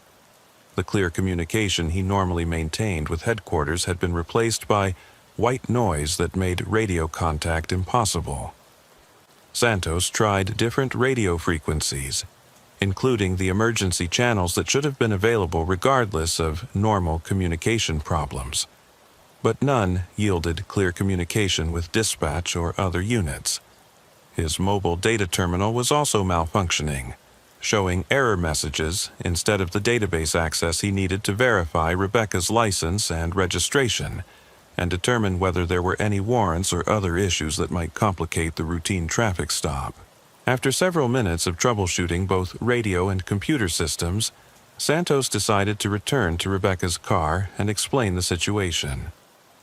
Technical difficulties were not uncommon in remote areas of East Texas, where dense forests could interfere with radio signals and cellular coverage was sometimes spotty, despite the presence of modern communication infrastructure. But when Santos approached the Honda, he found the driver's door open and Rebecca Martinez gone. Her purse sat on the passenger seat, license and registration still in her hand from when she had been gathering them for the traffic stop. The engine was still running, the air conditioning blowing cold air into the empty car, and her cell phone lay on the driver's seat, as if it had been dropped suddenly during some kind of emergency or urgent departure. Santos immediately began searching the area around the traffic stop, calling Rebecca's name and looking for any sign of where she might have gone. The highway was bordered by dense pine forest on both sides, with thick underbrush that could easily conceal someone who had wandered into the woods, perhaps seeking privacy for a restroom break or attempting to retrieve something that had blown out of her car during the stop. But after 20 minutes of searching and repeatedly calling her name while exploring the forest on both sides of the highway, Santos found no trace of Rebecca Martinez. The forest was thick enough to provide concealment, but not so dense that someone couldn't be heard if they were within reasonable distance of the road. The silence was complete and unsettling, particularly given that Rebecca had no apparent reason to leave her vehicle or avoid contact with law enforcement. Santos was finally able to reach dispatch on his radio. The communication problems had mysteriously cleared up as suddenly as they had appeared, and requested backup to assist with what was now being treated as a missing person case that had developed during what should have been a routine traffic enforcement action. The investigation that followed would reveal that Santos had unknowingly witnessed the beginning of what would become known as the Speed Trap Killer case, a series of disappearances that exploited the routine nature of traffic stops to target victims who believed they were dealing with legitimate law enforcement, but were actually encountering a sophisticated criminal operation that used fake traffic stops as a cover for kidnapping and murder. Over the next 3 months, 5 more women disappeared under identical circumstances across East Texas. Each had been pulled over for minor traffic violations on rural highways. Each had been alone in their vehicles, and each had vanished during what appeared to be routine traffic stops. In every case, the responding trooper reported radio and computer malfunctions that prevented them from completing normal procedures. And in every case, the victims disappeared while the trooper was attempting to resolve the technical problems. The pattern was so subtle that it took months for investigators to recognize that the disappearances were connected. Each incident was initially investigated as a separate missing person case, with various theories about what might have happened. Victims wandering into the woods and getting lost, suffering medical emergencies that caused confusion, or becoming disoriented and leaving the scene on foot for reasons that couldn't be determined from the available evidence. The similarities between cases were noticed first by Detective Lisa Rodriguez of the Longview Police Department, who had been tracking missing persons cases throughout East Texas as part of a regional database project designed to identify patterns that might be missed when investigations were conducted in isolation. When she plotted the disappearances on a map and compared the circumstances, the pattern became unmistakable and deeply disturbing. But when Captain Lisa Rodriguez of the Texas Highway Patrol, no relation to the detective, analyzed the cases together, she recognized a sophisticated operation that was targeting female drivers through fake traffic stops, conducted by someone wearing law enforcement uniforms and driving vehicles that closely resembled official patrol cars. The technical malfunctions experienced by legitimate troopers were not coincidental equipment failures, but deliberate sabotage designed to create opportunities for criminal activity. We're dealing with someone who understands police procedures well enough to conduct convincing traffic stops, Captain Rodriguez explained during a briefing with East Texas law enforcement agencies.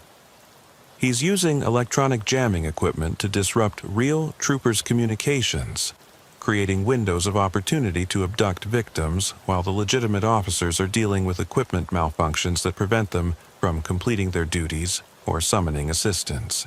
The investigation revealed that all 6 disappearances had occurred in locations where cell phone coverage was naturally limited due to terrain or distance from transmission towers, suggesting that the perpetrator was choosing traffic stop locations that would isolate victims from potential help while providing cover for his activities. The dense forests of East Texas provided natural concealment, while the region's scattered population meant that crimes could be committed without witnesses who might alert authorities or interfere with criminal activities. Enhanced analysis of the crime scenes yielded trace evidence that legitimate state troopers' vehicles had been present at each location, but also tire tracks and other physical evidence suggesting that additional vehicles had been at each location during the relevant time periods.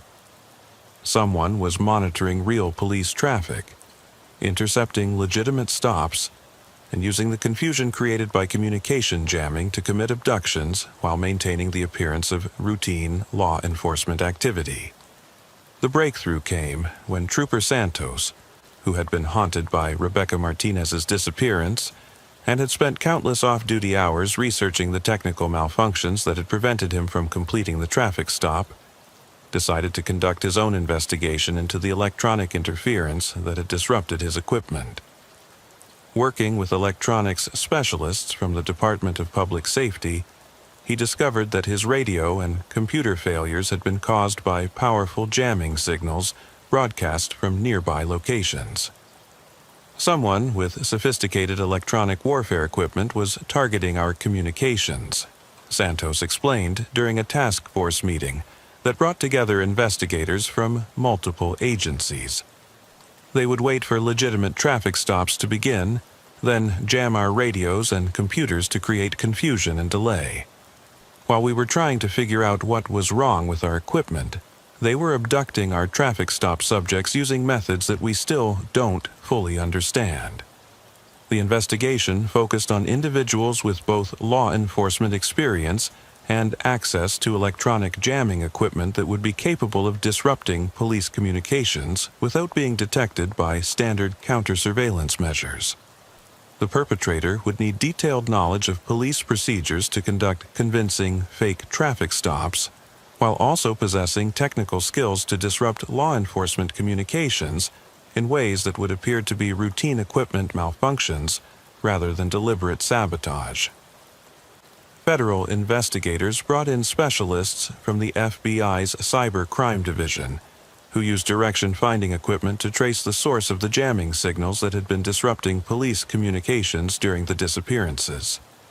The investigation required sophisticated technical analysis and months of patient work to identify the electronic signatures that distinguished deliberate jamming from natural interference or equipment failure.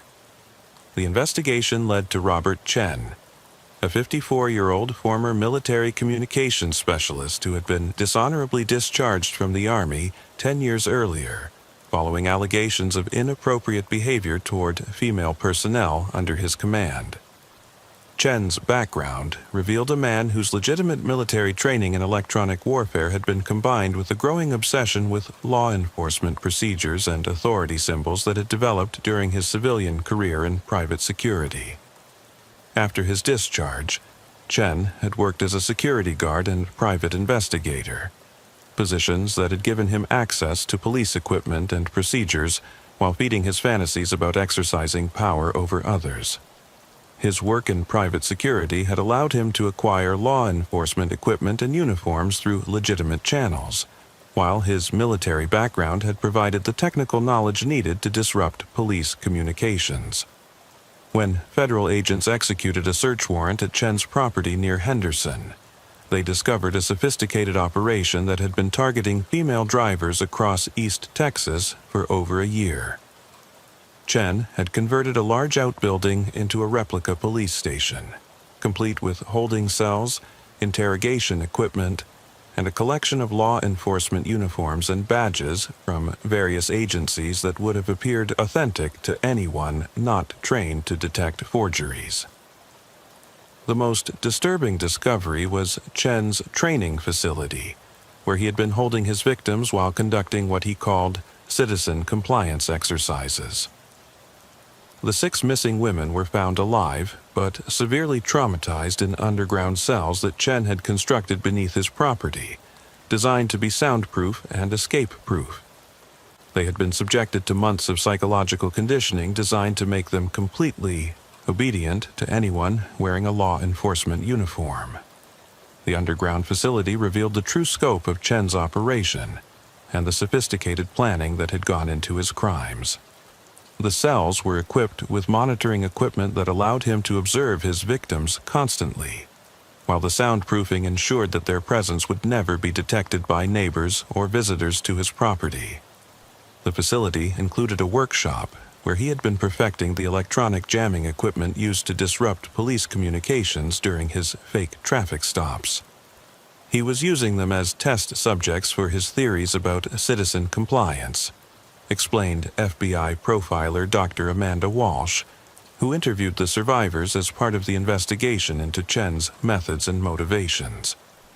Chen believed that American citizens had become too resistant to authority, and he was trying to develop methods for ensuring complete obedience to law enforcement.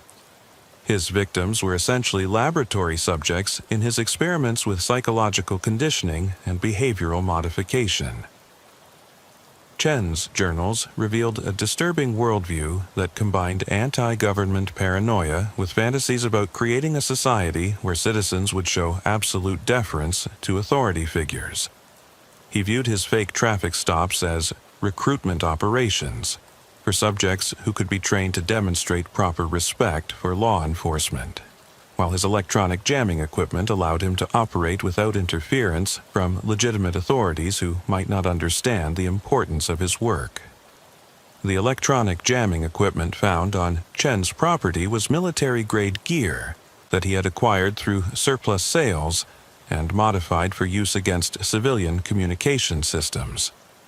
His ability to disrupt police radios and computers had allowed him to create chaos during legitimate traffic stops, while positioning himself to intercept victims who believed they were dealing with official law enforcement, conducting routine traffic enforcement activities. The modification of military equipment for criminal purposes required sophisticated technical knowledge that Chen had acquired during his military service and enhanced through years of study and experimentation. His electronic warfare background had taught him not only how to disrupt communications, but also how to do so in ways that would appear to be routine equipment failures rather than deliberate interference. During interrogation, Chen showed no remorse for his crimes, instead expressing pride in what he called his citizen education program, He maintained that his victims had been improved by their experience and were now better citizens who understood the importance of respecting authority and following instructions from law enforcement officers without question or resistance. They learned to follow instructions properly, Chen told investigators with the clinical detachment that characterized his entire worldview. Before their training, they would have questioned orders, demanded explanations, asserted rights that interfere with law enforcement efficiency. Now they understand that compliance is the highest form of citizenship and that resistance to authority leads only to unnecessary conflict and punishment. The rescue of Chen's victims required extensive psychological counseling and deprogramming to help them recover from months of systematic conditioning that had been designed to break down their resistance to authority and replace it with automatic obedience. Several of the women required long-term psychiatric care to deal with the trauma of their captivity and the realization that their trust in law enforcement uniforms had been exploited so thoroughly and systematically. The psychological conditioning that Chen had employed was sophisticated and drew on legitimate research into behavioral modification and compliance psychology.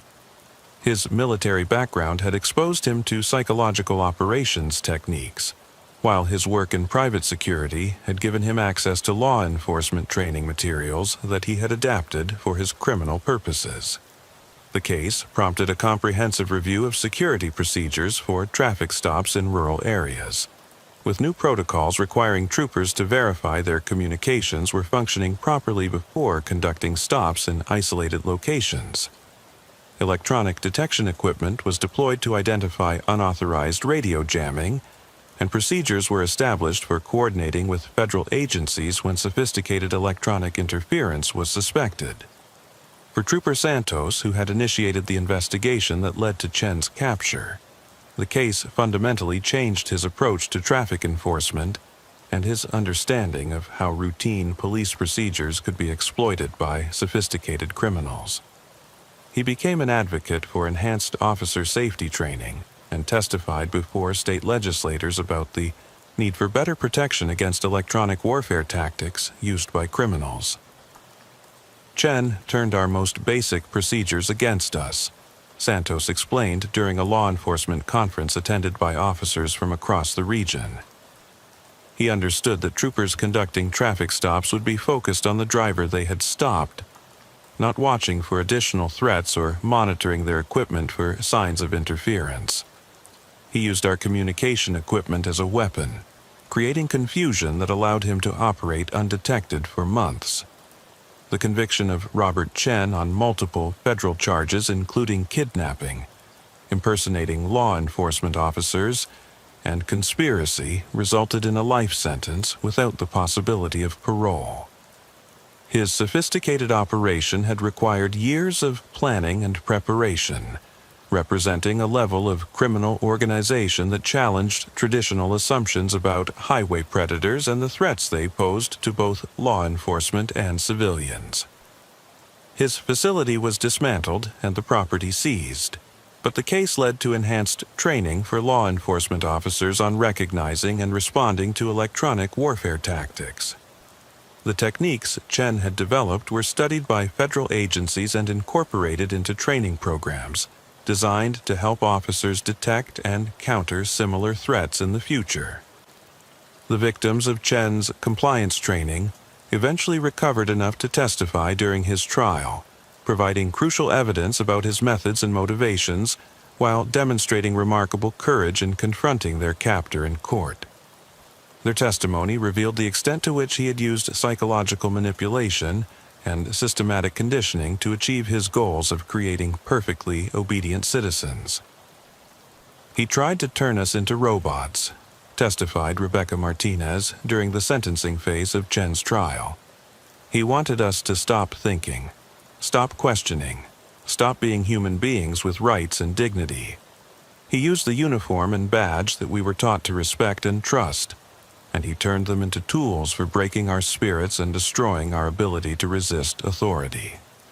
Today, East Texas highways carry normal traffic, But the memory of the speed trap killer has changed how both law enforcement and citizens approach traffic stops in rural areas.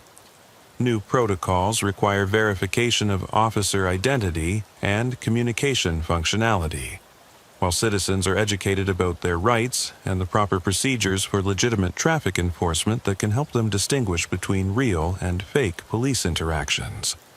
The case became a standard training example for law enforcement agencies nationwide, illustrating how sophisticated criminals could exploit the trust and authority associated with police uniforms while using advanced technology to disrupt law enforcement communications. The investigation techniques developed during the Chen case have been applied to similar incidents in other states, leading to the discovery of related operations that might otherwise have gone undetected. For the families of Chen's victims, the knowledge that their loved ones had been targeted specifically because they were law-abiding citizens who respected authority added an extra dimension of violation to their trauma. The case challenged fundamental assumptions about the relationship between citizens and law enforcement, forcing communities to balance trust with vigilance in ways that continue to influence police-community relations. The memorial, erected near the site of Rebecca Martinez's abduction, includes information about recognizing legitimate law enforcement stops and procedures for reporting suspicious activities that might indicate fake police operations. It serves as both a tribute to Chen's victims and a reminder that the symbols of authority that protect communities can also be exploited by those who understand their power and are willing to abuse the trust they represent.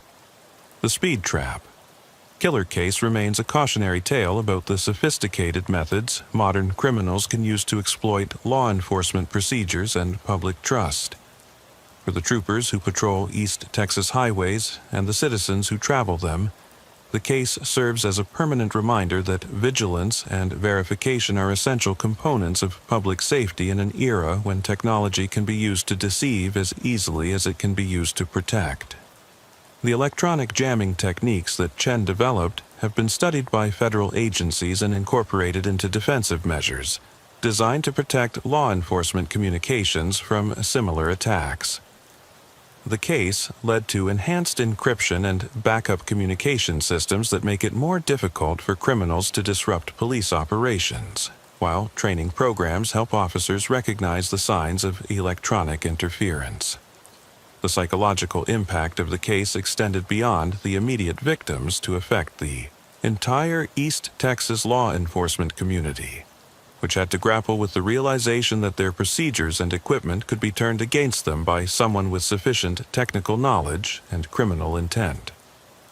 The case became a watershed moment that changed how officers approached their daily duties and interactions with the public. The dense pine forests of East Texas continue to provide the natural beauty that attracts tourists and residents, but they also serve as a reminder of how isolation can be exploited by criminals who understand how to use environmental factors to their advantage. The case highlighted the ongoing tension between maintaining public access to rural areas and ensuring the safety of both law enforcement officers and citizens who travel through remote regions. For Chen's victims, the recovery process was long and difficult, requiring not only medical treatment for the physical effects of their captivity, but also extensive psychological therapy to address the conditioning they had endured. Support groups were established to help them rebuild their trust in legitimate authority, while learning to recognize and resist manipulation tactics that might be used by other criminals. The case also prompted changes in how private security companies and military surplus dealers screen customers and monitor the sale of equipment that could be used for criminal purposes. Enhanced background checks and reporting requirements were implemented to make it more difficult for individuals with criminal intent to acquire the tools needed for sophisticated operations, like Chen's fake police enterprise. Today, the site where Chen operated his fake police station has been cleared and converted to other uses, but the memory of what occurred there continues to influence law enforcement training and public safety awareness throughout East Texas. The case serves as a reminder that the most dangerous criminals are often those who understand the systems they seek to exploit and have the patience and resources to carry out long-term operations that challenge traditional assumptions about crime and punishment. Texas State Trooper Catherine Morris had always prided herself on her ability to spot impaired drivers from miles away. The telltale swerving, the inconsistent speed patterns, the delayed reactions that marked someone who shouldn't be behind the wheel of a 2-ton vehicle capable of causing devastating accidents. But on the windswept evening of September 3, 2022, as she pursued what appeared to be a severely intoxicated driver, weaving across both lanes of Interstate 40 through the Texas Panhandle, Morris had no idea she was about to encounter a predator who used hypnosis and psychological manipulation to turn the state's busiest east-west highway into his personal hunting ground. The call had come in at 7:23 p.m. from multiple motorists reporting an erratic driver in a blue pickup truck who was creating dangerous conditions for other travelers on the interstate between Amarillo and the Oklahoma border. The truck was swerving unpredictably, varying its speed from 35 miles per hour to over 80 miles per hour without apparent reason, and forcing other drivers to take evasive action to avoid collisions that could have resulted in multiple fatalities. Interstate 40 carried over 50,000 vehicles per day through the Texas Panhandle, serving as a major transcontinental route that connected California to the East Coast through some of the flattest, most desolate country in America. The highway passed through endless expanses of wheat fields and cattle ranches, where distances between towns could be measured in hours, and where a breakdown or accident could leave travelers stranded in conditions that ranged from scorching heat in summer to blizzard conditions in winter. The landscape along I-40 through the Panhandle was hypnotic in its monotony.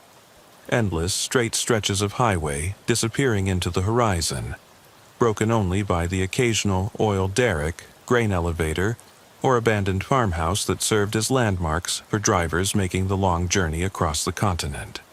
The repetitive nature of the terrain was notorious for causing driver fatigue, and the phenomenon known as highway hypnosis, where drivers could travel for miles without conscious awareness of their actions. Trooper Morris located the blue pickup near Conway, weaving between lanes with no apparent pattern or purpose while other drivers honked their horns and flashed their lights in attempts to get the erratic driver's attention. She activated her emergency lights and attempted to initiate a traffic stop, but the driver failed to respond to her signals, continuing to drive erratically while maintaining speeds that made a safe stop difficult and dangerous for everyone involved. "Dispatch, this is Unit 15, Morris radioed as she followed the weaving truck, maintaining a safe distance while trying to anticipate the driver's unpredictable movements. "I'm in pursuit of a blue pickup, Texas plates. Driver appears to be severely impaired.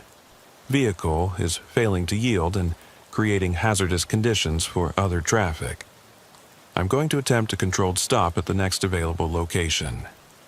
What followed was unlike any traffic stop Morris had experienced in her 9 years as a state trooper, patrolling the highways of the Texas Panhandle. The pickup finally pulled over at a rest area near Groom, but instead of the confused or belligerent drunk driver she expected to encounter, Morris found herself face-to-face with Dr. Marcus Webb, a soft-spoken man in his 50s who claimed to be a retired psychology professor conducting research on highway hypnosis and driver fatigue. "Officer, I'm so sorry about my driving," Dr. Webb said as Morris approached his window, his voice carrying the measured cadence of someone accustomed to lecturing students and colleagues. "I've been conducting a study on the effects of monotonous highway conditions on driver attention, and I'm afraid I became so absorbed in my observations that I wasn't paying adequate attention to my own driving behavior." Webb's explanation seemed plausible given the location and conditions.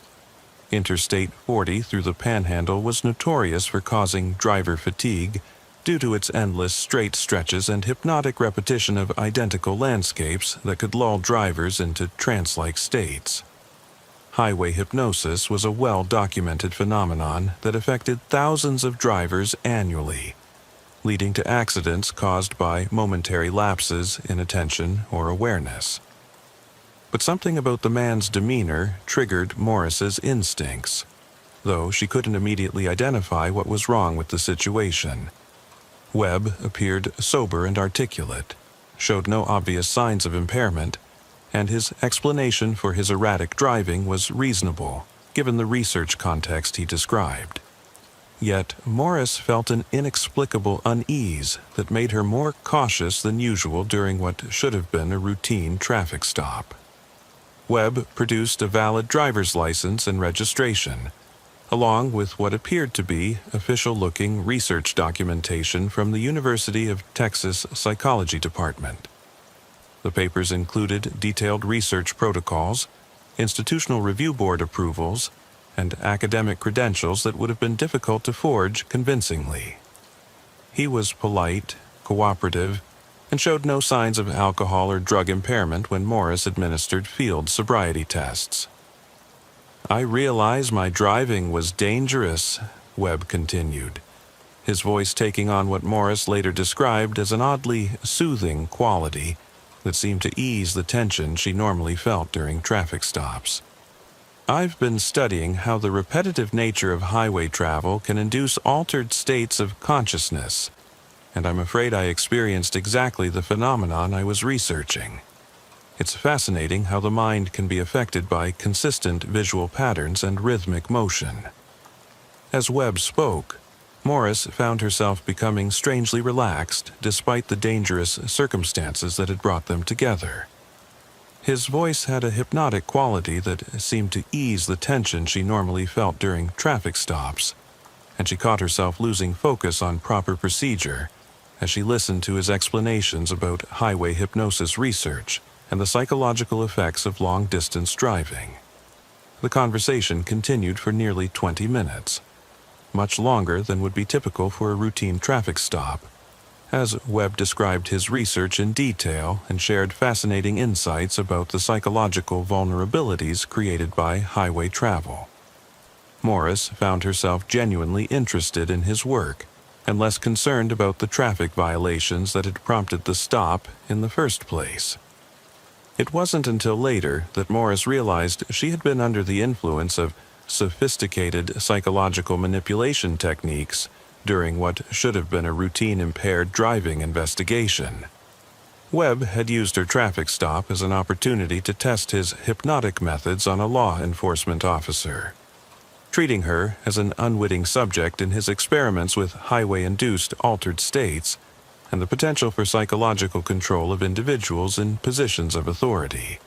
The investigation that followed Webb's arrest — he was ultimately cited for reckless driving and released pending further investigation — would reveal that the supposed psychology professor had been using Interstate 40 as a laboratory for testing hypnotic techniques on travelers, particularly targeting women driving alone on the isolated stretches of highway that characterize the Texas Panhandle. Webb's research involved deliberately driving erratically to force other vehicles to pull over, then approaching their drivers while claiming to be conducting official studies on highway safety and driver psychology. His academic credentials and professional demeanor allowed him to gain the trust of victims who believed they were participating in legitimate research, when in fact they were being subjected to psychological manipulation designed to make them vulnerable to further exploitation. Captain David Rodriguez of the Texas Highway Patrol organized a task force to investigate Webb's activities after Morris reported her strange experience during the traffic stop and her growing suspicion that she had been manipulated during what should have been a routine enforcement action. The investigation revealed that Webb had been operating along Interstate 40 for over 18 months, targeting lone female drivers with his fake research studies while using sophisticated psychological techniques to compromise their ability to resist his suggestions. Dr. Webb was using the highway itself as a weapon, Captain Rodriguez explained during a briefing with federal investigators who had been brought in to assess the scope of Webb's activities. He understood that long-distance driving already puts people in a suggestible state, and he was exploiting that natural vulnerability to conduct unauthorized psychological experiments on unwitting subjects who had no idea they were being victimized.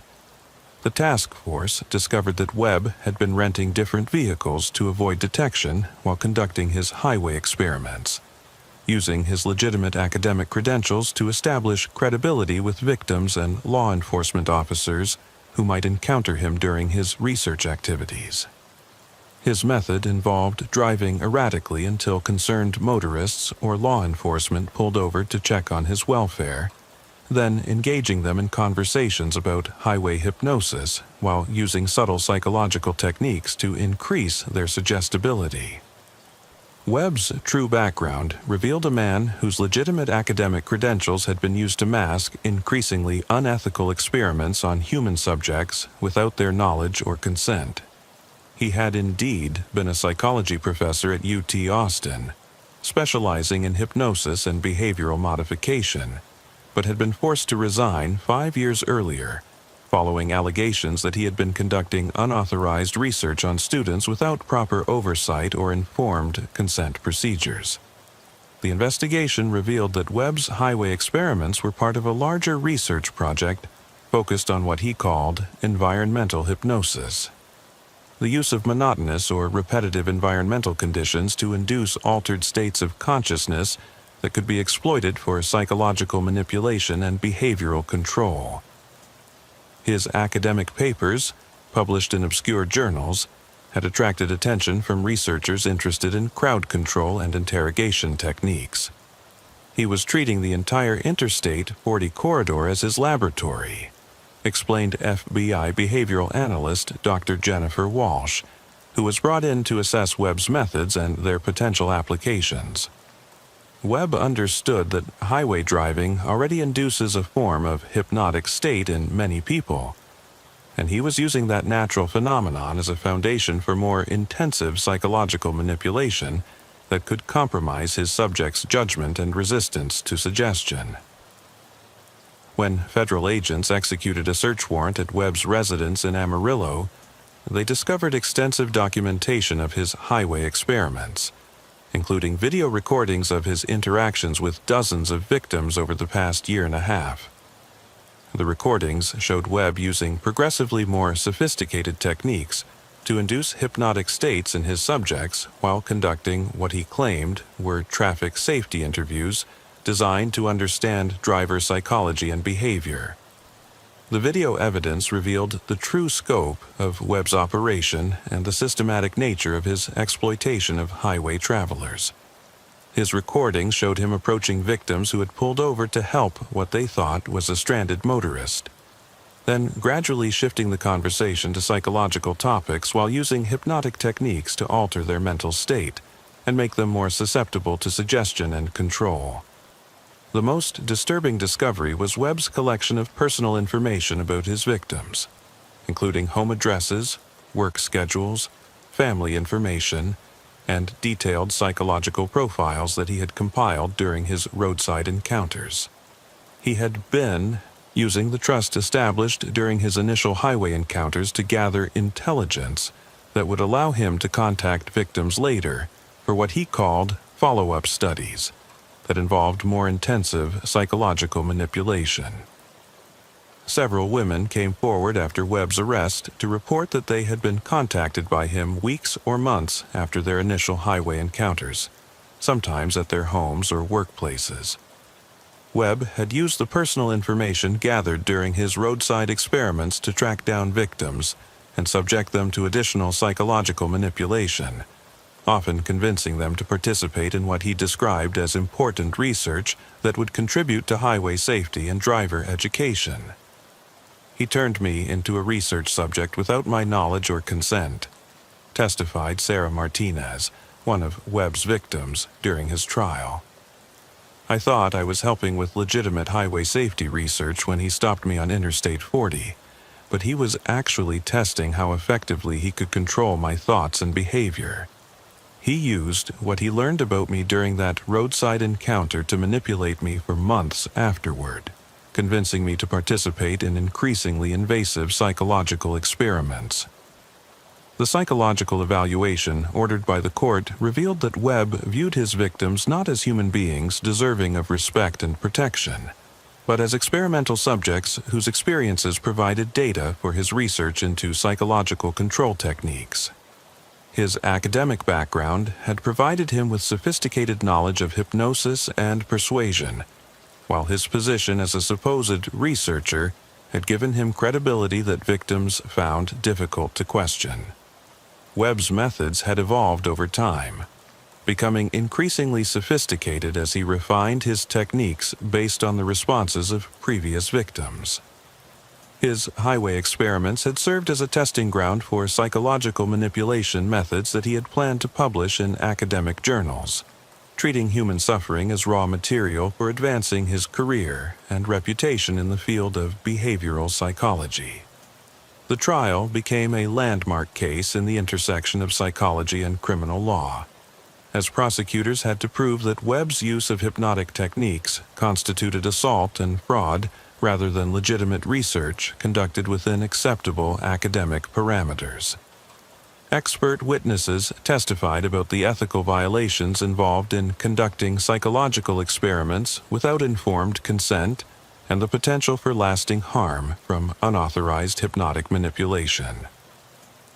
Dr. Webb was ultimately convicted on multiple federal charges, including fraud, assault, kidnapping conspiracy based on his use of psychological coercion, and violation of research ethics standards. His conviction resulted in a 15-year sentence and the permanent revocation of all professional licenses and certifications, effectively ending his career in psychology and research. For Trooper Morris, who had been Webb's final victim before his arrest, the case fundamentally changed her approach to traffic enforcement and her understanding of how sophisticated criminals could exploit the authority and trust associated with professional credentials. She became an advocate for training programs that taught law enforcement officers to recognize psychological manipulation techniques and resist attempts to compromise their judgment during routine encounters.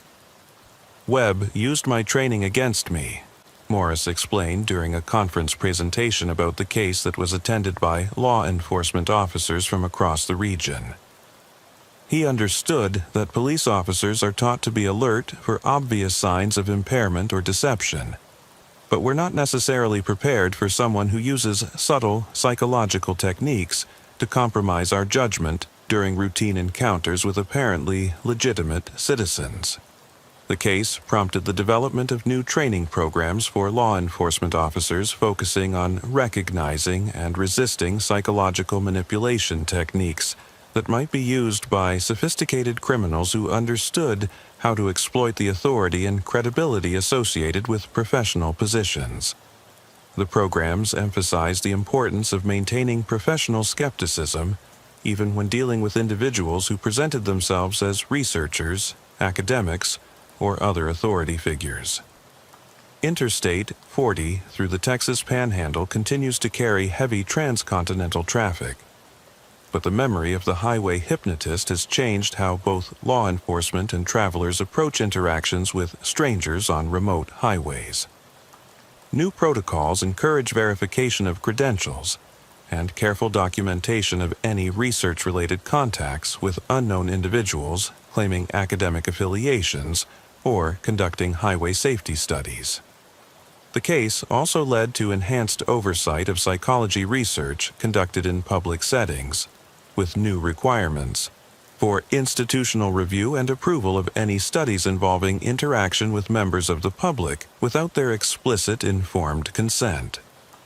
Professional organizations strengthened ethical guidelines and reporting requirements to prevent abuse of academic credentials for criminal purposes. Today, the rest area near Groom, where Webb conducted his final experiment, serves as a reminder of how professional credentials and academic authority can be weaponized by those willing to exploit public trust for criminal purposes. Enhanced lighting and security cameras were installed at the facility, along with information encouraging travelers to report suspicious research activities or unusual encounters with strangers claiming academic affiliations. The highway hypnotist case remains a cautionary tale about the sophisticated methods that modern predators can use to exploit both human psychology and the isolation of America's highway system. For law enforcement officers and travelers alike, the case serves as a reminder that vigilance and skepticism are essential when dealing with unexpected encounters on remote highways, regardless of how professional or legitimate they might initially appear. Dr. Marcus Webb's abuse of academic credentials and psychological expertise represents a particularly insidious form of predatory behavior that exploited both professional trust and the natural vulnerabilities created by long-distance highway travel. His conviction helped establish legal precedents for prosecuting crimes that involve sophisticated psychological manipulation, while his methods continue to influence training programs designed to help both law enforcement and civilians recognize and resist similar techniques. The victims of Webb's highway experiments gradually recovered from their experiences, but many reported lasting effects from the unauthorized psychological manipulation they had endured. Support groups were established to help victims understand what had been done to them and develop strategies for avoiding similar victimization in the future, while legal settlements provided compensation for the psychological trauma they had suffered. For the Texas Department of Public Safety, the highway hypnotist case highlighted the need for enhanced awareness of unconventional criminal methods and the importance of trusting officer instincts even when dealing with apparently legitimate authority figures. The case became a standard training example used to illustrate how criminals could exploit both professional credentials and environmental factors to commit sophisticated fraud and assault. The endless straight roads of the Texas Panhandle continue to induce the natural highway hypnosis that Webb exploited for his criminal experiments. But enhanced awareness and training help ensure that such manipulation is more likely to be recognized and reported before it can cause lasting harm. The case serves as a permanent reminder that predators can adapt any environment or situation to serve their purposes, and that constant vigilance is the price of safety on America's highways. The research that Webb claimed to be conducting was eventually completed by legitimate academic institutions under proper ethical oversight, providing valuable insights into highway safety and driver psychology without exploiting unwitting subjects. The contrast between legitimate research methods and Webb's criminal exploitation highlighted the importance of institutional oversight and ethical standards in protecting vulnerable populations from abuse by those in positions of authority and trust.